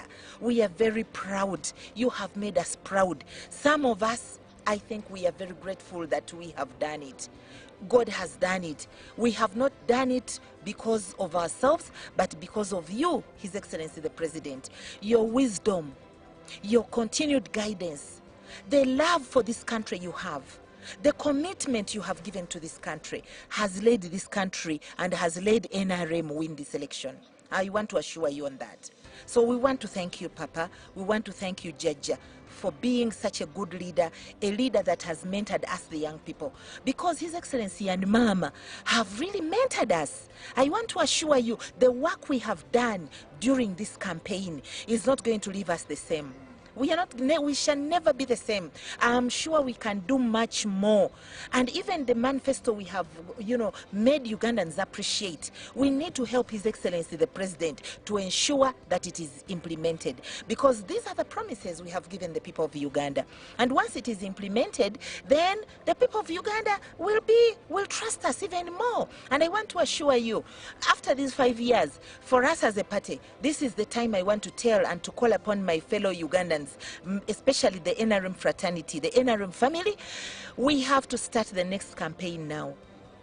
Because if we do well, if we do our work and fulfill our promises, then next time it will be a walkover. Honorable, I wanted to ask, there have been a few incidents. You hinted on the voter turnout not being that good. What do you suspect caused this voter turnout to be this low? First and foremost, I want to use an example of my own polling station. People had come in big numbers very early in the morning. In fact, I was even surprised that people came that early.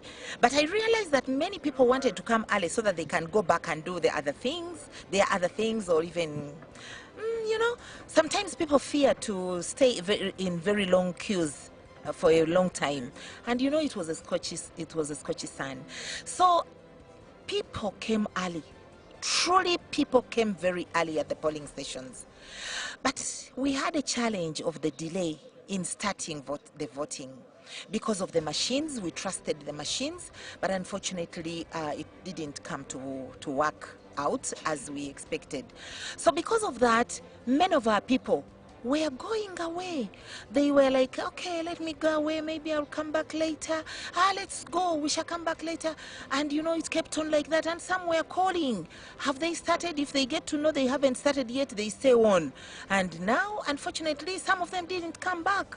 And so that alone could have been one of the factors that reduced on the number of voters. Honorable, my last question to you is that out of the 26 districts of the Buganda region, you have split it into half, 13. But also, how do we galvanize this country? Regardless of what color they chose, whatever they chose, you are going to have the social contract to be able to run this country. How do you bring this country together? It is a responsibility of all of us, my dear fellow Ugandans. It is a responsibility of all of us. If we love our country, we need to work together as a team to bring the country together. First of all, as a party, I must appreciate that we had independence. And because of this independence, of course, there was divisions, conflicts here and there. And those conflicts generally affect not only the party, but they affect even our followers. So at the end of the day, we get challenges even in implementing and fulfilling our promises to the people. You as an individual, as a member of parliament, if you, for example, people have to trust you, that you'll be the spokesperson of the people in parliament. But if these challenges are there, then sometimes you fail on your responsibility. So I think the onus is on all of us to ensure that we urge those who have not made it to remember there is always a winner and a loser. Now, if you have not won this time, it does not mean you have to antagonize Uganda. If you have not won this time round, it doesn't mean it's the end of the world or the end of Uganda. No, the country has to move on. So just remember, it is God who chooses leaders. So believe in that and know that maybe you'll get a chance another time. So can you come back and we work together and we unite our people together? maybe they will appreciate you and they will be able to give you votes another time. But this time round, there are specific people God has given the blessing. So let's allow them to work, and then maybe another time it will be our turn or your turn. So this is my call to the people of Uganda, more so those who have not been able to make it. We have to unite the country together, because Uganda is today for all of us. Tomorrow it has to be for all of us. And we must also remember, and I want to urge our parents and the young people. The young people are saying they want to be the leaders of tomorrow. But how shall Uganda believe in you and trust you if you are the kind of people who are antagonizing the peace and the stability of this country? You are the people who are coming out to throw stones at people's cars and to, to say you are coming to demand for your votes. The people of Uganda have spoken, and they have spoken peacefully. The president and the government of NRM have kept the peace during this campaign and during this election. And you see, even those, whatever has happened during the campaigns, it's because there has been lack of, complying with the guidelines of Electoral Commission. If they say don't pass here, don't go with a convoy to your rally, and you decide to bring people from Kampala to Masaka, to where doing gari, going, throwing and stealing people's things, what do you expect? If you are the people who are throwing stones at security personnel, a person who has a gun and you want to throw stones at them, those challenges, of course, would happen. But all in all, I think it has been a very peaceful election. It has been a peaceful and fair election. That is why we are all here. I have seen the opposition members here who have come to observe, who have come to confirm what exactly has happened. Otherwise, if it wasn't a free and fair election, maybe they wouldn't be here. They wouldn't be here. They would probably say we shall not come because we have not, it hasn't been free and fair. But because of that, they are all here. Even in Nopa, I have seen them here. Everybody I have seen here. So I want to thank His Excellency the President, President Yoweri Kaguta Museveni. May God bless you. May God give you energy. May God give you wisdom to lead this country for these 5 years. And I have no doubt the President is going to set the country even for a better future. So that's why Ugandans have entrusted him with this responsibility. I want to thank NRM once again. I thank the Secretariat. I want to thank our teams that have led this campaign. I want to thank SEC, our Central Executive Committee. I want to thank everybody who has participated, all our pressure groups, more so our structure leaders. We respect you because you agreed to take up the mantle and you have fulfilled it. We have won Uganda. To me, we have won Uganda. The mere fact that in the last election it was all painted red, and this time it is and I'm sure by the time they complete the announcement, we are going to be beyond the 50% win in Uganda. To us, that is good enough for now. But for the future, it will all be painted yellow, by God's grace. And remember, I want to be very proud because we divided ourselves, members of the Secretariat, and even we incorporated other team leaders. For example, Mama Wandera Kazibwe was the one heading Busoga sub-region, and others were really heading other sub-regions. I was personally heading Kampala and Wakiso sub-region with the Honorable Mike Sebalu as my assistant. But I want to tell you, I'm very proud. I'm a very proud woman because I have been able to bring 6 members of parliament, 3 from Wakiso and 3 from Kampala. And President Museveni has also, the votes have increased greatly as compared to 2021. Praise be to God. Amen. Thank you, Honorable Seninde. And she has given us a preamble of everything, the 4 strategies they use there to be able to look at the messaging, the candidate they have, and that has been able to get them to where they are. They're already celebrating, but also thanking God for where they are and grateful for what is happening to the National Resistance Movement. The next announcement will be coming in exactly 45 minutes from now, 55 minutes from now, and the Electoral Commission will be here to give us the final results that then will be able to declare who will become president-elect after this. We thank you so much, and we hand you over to Broadcast House. Thank you so much, Timothy Nyangweso, for giving us that update, and also Jordan Lokoma for having those interviews at the Electoral Commission Tally Center in Lubowa. And we want to news just in hot and just in here at UBC. The Electoral Commission is to announce the final results at 3 p.m. Away from the anticipated 5 p.m., it has been extended to 3 p.m., which is a good thing, Edward, for, of course, Ugandans and also for the EC. But that means less anxiety for Ugandans, but that means more work for us in the newsroom. As newsrooms all over the country, we shall be getting to do more. But of course, thanks to Jordan and Nyangweso for those interviews. Of course, Laureen, the Deputy Speaker there, telling us that, the losers especially, they have to, what I see is if you lose honorably as a person, as a candidate, as a party. I don't see why you should lose and then you go on the streets and start lighting tires, attacking people. Causing unrest, to cause unrest for no reason. Community, exactly. So he talked about, of course, his party, the NRM, the people who lost, who were very unfortunate not to come back or even to come in for the first time. He talked about something that is actually, we noticed also, and that is divisions. He said there are divisions everywhere in the parties. There are divisions, not only in NRM. He gave an example of Soga, and you know what has been happening. NRM lost some seats there because of the divisions there. Then also, he said even NUP and other political parties, they have got their divisions, and those divisions actually cost parties seats and so many other things. Then the other thing also that he talked about was,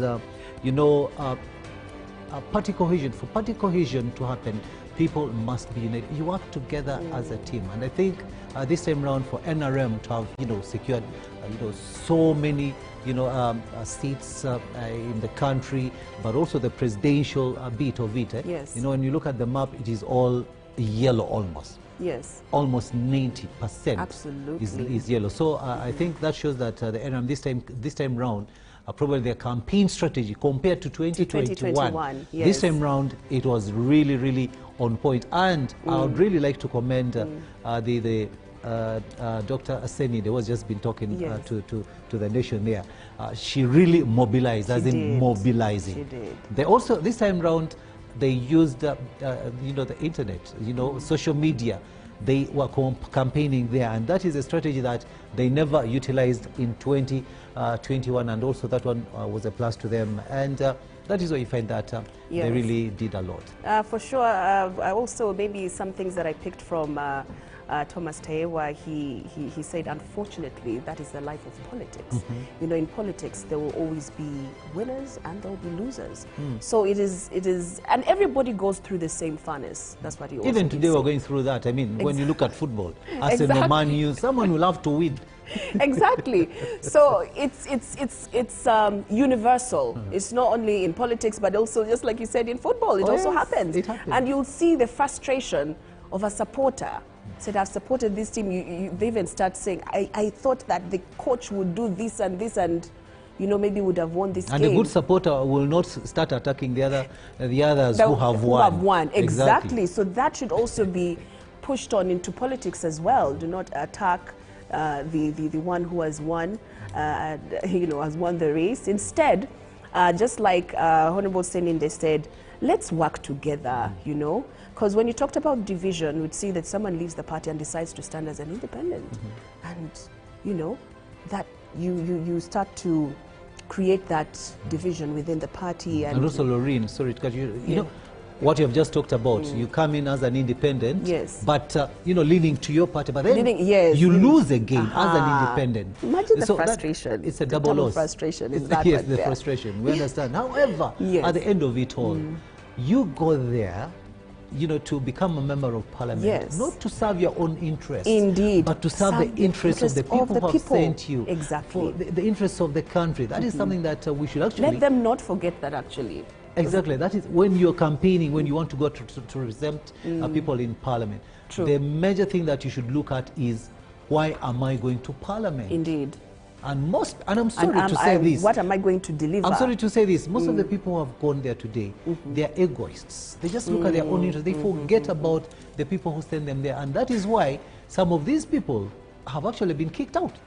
Imagine that. Oh, yes. But also, I want us to take a look at the presidential race. You talked about how Honorable, the Chief Mobilizer, NRM Chief Mobilizer, Honorable Rosemary Seninde, this time around, it's like they repackaged themselves and went head on. Oh, yes. Campaigns, mobilization, etc., etc. Looking back at the 2021 general elections, if you can tell, first of all, it was just 1 year after COVID-19. After COVID, yes. And then here we are, we have to elect a president. And of course, there were the challenges that came with its challenges. And I feel at that point, President Yoweri Museveni didn't reach as far as he did this time around. And I believe that has contributed to the numbers that we're seeing on your screen. And also how he's been performing. Yeah, the strategies, door to door. You've seen the members of, the aspirants the MP aspirants. They have been going door to door, but not only campaigning for themselves, but also campaigning for the president. And that was a very, very good strategy. Which they never did, which they never used in 2021. And that was on. And they also talked about social media. This time round, the NRM, they were there. They were on social media campaigning. Even some messages were coming through SMSs. Yes. And this is something that they never did the other time. And when you remember, if you recall, 2021, NUP, they used the media. Oh, yes, they did. Social media. It was a serious wave. Won people through that. So I think the NRM just sat and said, what can we learn? What did we not do the other time that we should do this time round? And that is exactly what they did. And I'm not surprised that this time round they really got so many people to vote for them. Absolutely. Also want to commend those, of course, who stretched out so much, campaigning for the NRM presidential candidate. We also want to say that in just a few minutes, we are going to be handing over to the next team. Remember, the final results for the presidential polls will be announced at 3 p.m. So we pretty much have about 45 minutes to go.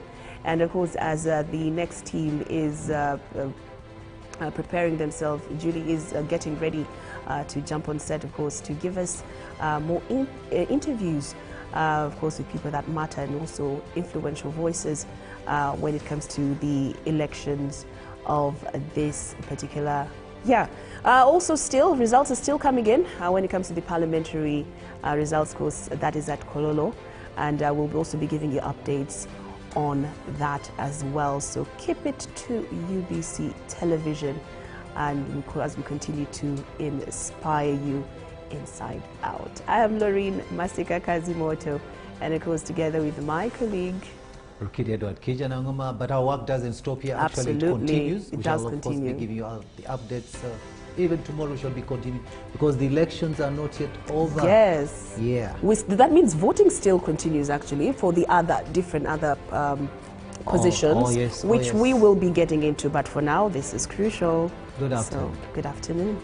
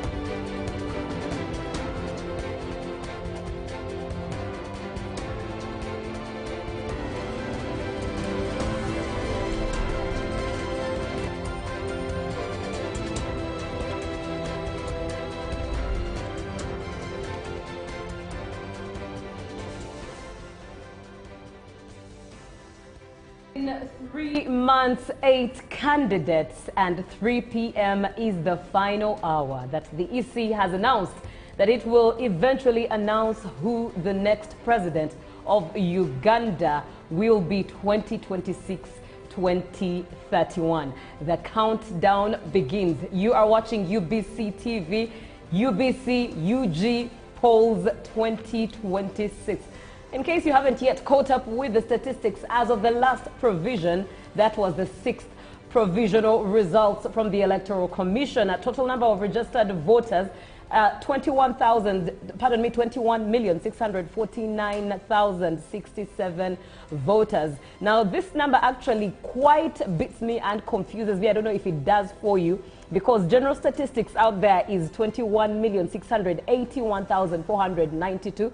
But Justice Simon Byabakama has been on and on making mention of the fact that the total number of registered voters has been 21,649,067 registered voters. The total number of polling stations as of the last provisional results was at 50,739 polling stations altogether, which definitely stays the same. But on the 6th provisional results, only 47,499 polling stations had been collected from with the votes, leaving us with a balance of 3,240 polling stations. And those 3,240 polling stations will be added to the statistic at 3 p.m. Bulira Frank was standing at 44,328 votes, carrying 0.42% of valid votes. Robert Kasibante was standing at 32,224 votes, carrying 0.30%. Robert Chagulanyi was at 2,601,150 votes, carrying a 24.46%. Mabirizi at that time was at 22,274 votes, carrying a 0.21%. Candidate Muntu was at 57,019 votes, 0.54%, and candidate Munyagwa was at 30,509 votes. That is a 0.29% of the valid votes. Candidate Nandala was at 202,802 votes. That is a 1.91%. And candidate Museveni there leading with a 7,643,778 votes, 71.88% of the valid votes. And the valid votes counted thus far were 10,634,084 votes, and invalid votes were at 264,015 votes, carrying a 2.42%. Total votes altogether at that time, 10,898,099 votes. That is a 50.34%. And spoiled votes thereon were at 38,223 votes registered. At 3 p.m., we shall be finding out the total of votes carried from 50,739 polling stations across the country of Uganda. Indeed, the countdown does begin. And as the tension rises, as of course we do expect a number of petitions to take shape in the aftermath of this election cycle. But as UBC TV, we're definitely here to bring you all the stories and up to date. Looking at yesterday's provisional results versus the last provisional results, obviously the numbers went high for each candidate. But as we did hear from the likes of Honorable Malende, Shamim Malende, who indeed was just recently, a few hours ago, was announced as the new woman member of parliament for Kampala. She did mention that right now her focus is to fight for the win of presidency for her candidate, Honorable Chagulanyi, who indeed she believes is being cheated, as she rightfully said, but also she focuses on fighting for the political prisoners, those who are still in prison. You are watching UBC TV here, coming to you live from Nile Avenue. And I'm not alone in studio, therefore this conversation, we're having it here and there, left, right and center. And indeed, the Honorable Mike Sevalu comes back to have this conversation with me. Once again, you're welcome and thank you so much for choosing UBC TV this afternoon. An afternoon that is rather quiet on the streets of Kampala as far as I've studied, but also I believe quiet right now as everyone is either biting their fingertips and counting down the minutes left to know who the next president of Uganda is. Honorable Mike Sevalu, once again, thank you so much for joining us on set. Thank you very much. I just want to correct you a bit. Yes, please. When you were referring to Honorable Malende. Yes, please. And her desperate speculation about the post-electoral process, where she indicated that she was going to petition the alleged victory. You said, as she rightfully said. No, I think as she desperately speculated, because there's nothing right about that statement. Right. And we need to put it in a good perspective. Right. Now, regarding the situation, there is a big question here. Who will be the next president?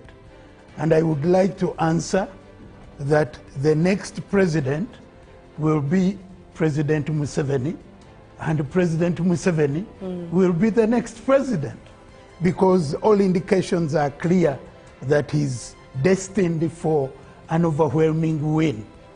And this is informed by the story of his journey to success. He started strong and is going to end strong. He started well, progressed well, and he's going to conclude well. Like a long-distance runner, you plan your race. You plan the energy, you plan the endurance, the consistency, and the finishing power. The strategy of candidate Museveni is interesting. If you are to guarantee your victory in a long-distance race, start off well, gain momentum, and build good momentum to overtake your next, the possible challenger. The way we are now, President Museveni overlapped candidate Kyagulanyi 3 times. If he's at 2.6 and candidate Museveni is at 7.6, that is an overlap 3 times. There is no possibility, even fertile imagination, that he can catch up and overtake. That possibility is simply not there. As per the previous the last provisions, not previous, but rather last provision, results released from the EC, candidate Museveni was at 71.88%. Was this your expectation? Did you expect more? Did you expect less? Actually, we expected more. And also, the explanation that we are not having more was the mishap of the biometric gadgets that caused that delay in the beginning of the electoral process. There are many people who had come up to cast their vote. Because of the delay, they went back and they never came back to exercise their right. There are those who are still home, who kept calling the polling stations, and since they didn't begin in time, they went off to do with their other business. So the voter turnout was largely affected by that mishap. Right. And largely, quite a number of those were those that do belong to the NRM. So we expected more. Even where the little that came up, we still command majority. Right. Yeah. Let's look at the Observer's report as they read it. I don't know if you caught up with some of the highlights they stated. I did. What do you think of their observations and their recommendations? Yeah, they came up with some very objective recommendations, but they also came up with observations that needed to be clarified. Right. For instance, they talked about inclusivity. And the inclusivity, in their own view, they kind of restricted it to women presidential candidates. Definitely the world over, that level of inclusivity, because it is according to the parties, but it is also according to the individual interested parties. We've had quite a number of female candidates come up in recent times. This time around, the fact that none came up, you can't put it to anyone. You can't put it to the NRM. You can't put it to government, because offering yourself as a candidate is an individual decision. So if there are no ladies that took up that decision, it's not something that you can blame to the Electoral Commission or to the party or to anyone. But the inclusivity can be seen in terms of parliamentary, to the extent that in the Constitution of Uganda, there are those slots and there are those offices, there are those constituencies that are exclusive for women.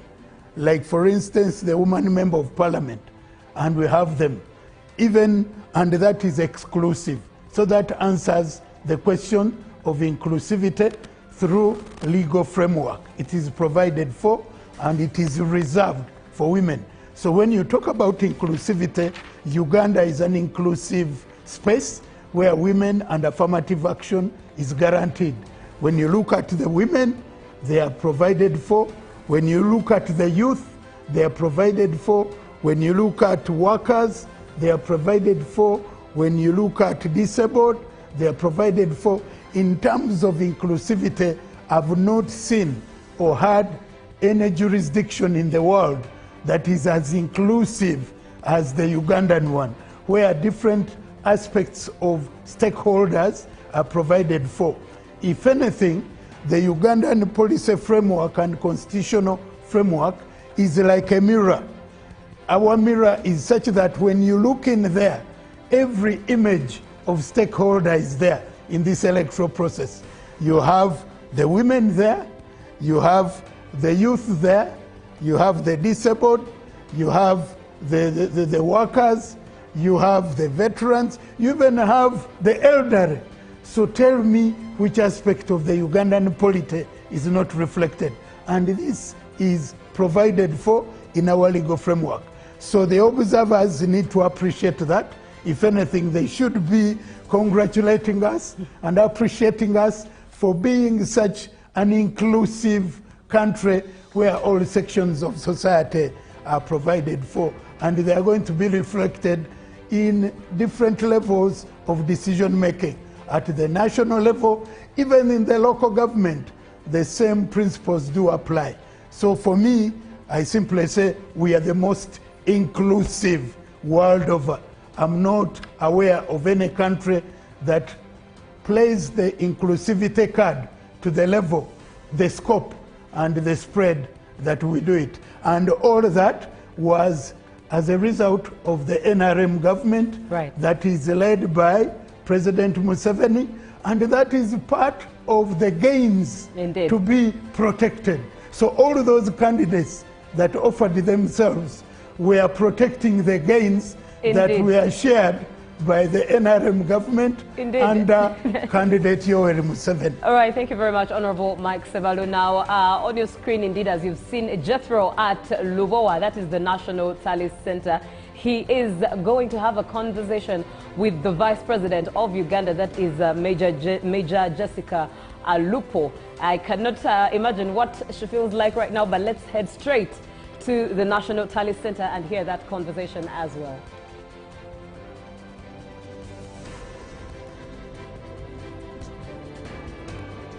Well, ladies and gentlemen, thank you so much for keeping it UBC.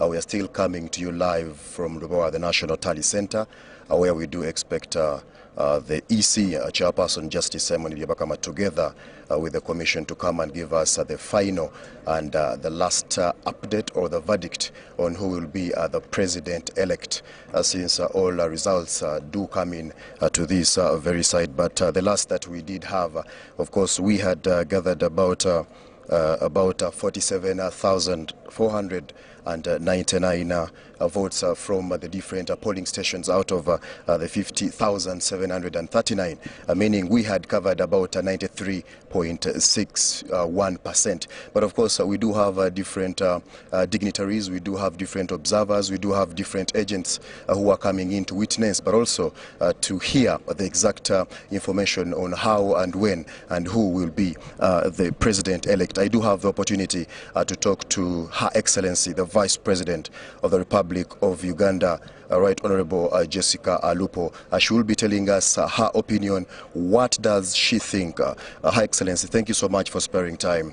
First things first, you went in unopposed as a woman member of parliament to represent Katakwi district again. How did you get to this? How did you make it once again that the people decided that you go back to parliament to represent them? Thank you very much, and good afternoon, viewers. The election process is a process that is very crucial, and therefore all the stakeholders are normally very keen in participating and contributing to the process. Therefore, I would like to start by thanking all Ugandans who have participated in these elections as candidates, as electorate, as mobilizers in different capacities. For the case of Katakwi, I would like to state that my journey on this election process was very interesting. But what I would like to point out is that the elections in Katakwi during the NRM primaries and from the time I got nominated in the national election were very free and fair. The atmosphere, the environment was extremely conducive and level for all candidates. All the candidates who contested against me were very free to interact with me at all times, and we did our campaigns as sisters. For my sister who withdrew and gave way for me to become unopposed, I thank her very sincerely for her insight in recognizing that that was a good and a better option for all of us as the people of Katakwi district. And I indeed thank her and all the people of Katakwi district. So in as far as the elections for the presidential elections is concerned, somehow I participated in some parts of the country. I also noted that there was a conducive environment across the country for all the presidential candidates to reach out to the electorate. And I noted that all the people of Uganda are now aligned, are now aware and conscious that they must exercise their democratic right to select leaders after every 5 years. And on the election day, as early as 6, 7 o'clock, the people were very many in the polling stations. I thank the people of Uganda for going out to demonstrate that it is possible to freely and democratically elect our leaders after every 5 years. I have seen from the results in the tally so far is that His Excellency President Museveni is leading with 71.8%, and I think it is permissible to congratulate him even at this point as we wait for the final results that are going to be announced. His Excellency the President has presided over the campaigns in a very peaceful and fatherly way. He has presided over the campaigns in a way that was enabling all leaders of different colors to freely mix with the people And I think we should also pay tribute to him for that.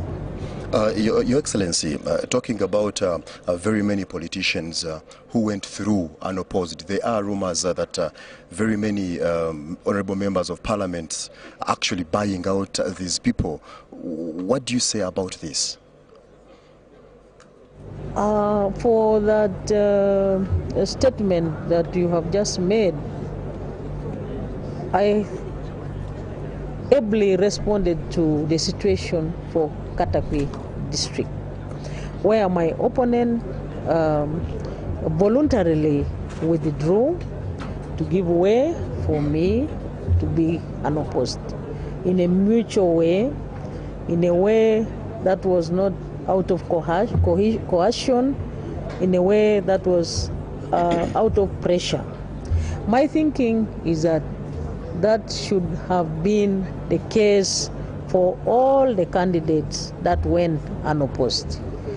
If it is not the case, then I think it is also not my responsibility to delve into that. I think it is the responsibility of the Electoral Commission. Your Excellency, my last question to you. Today and any minute from now, the EC will be giving out their final declaration. What should Ugandans expect? We have received different phone calls. There is fear that anything might happen when it comes to security, but you are on the top. As I have said, from the results, His Excellency President Museveni is leading, and the Ugandans are all watching.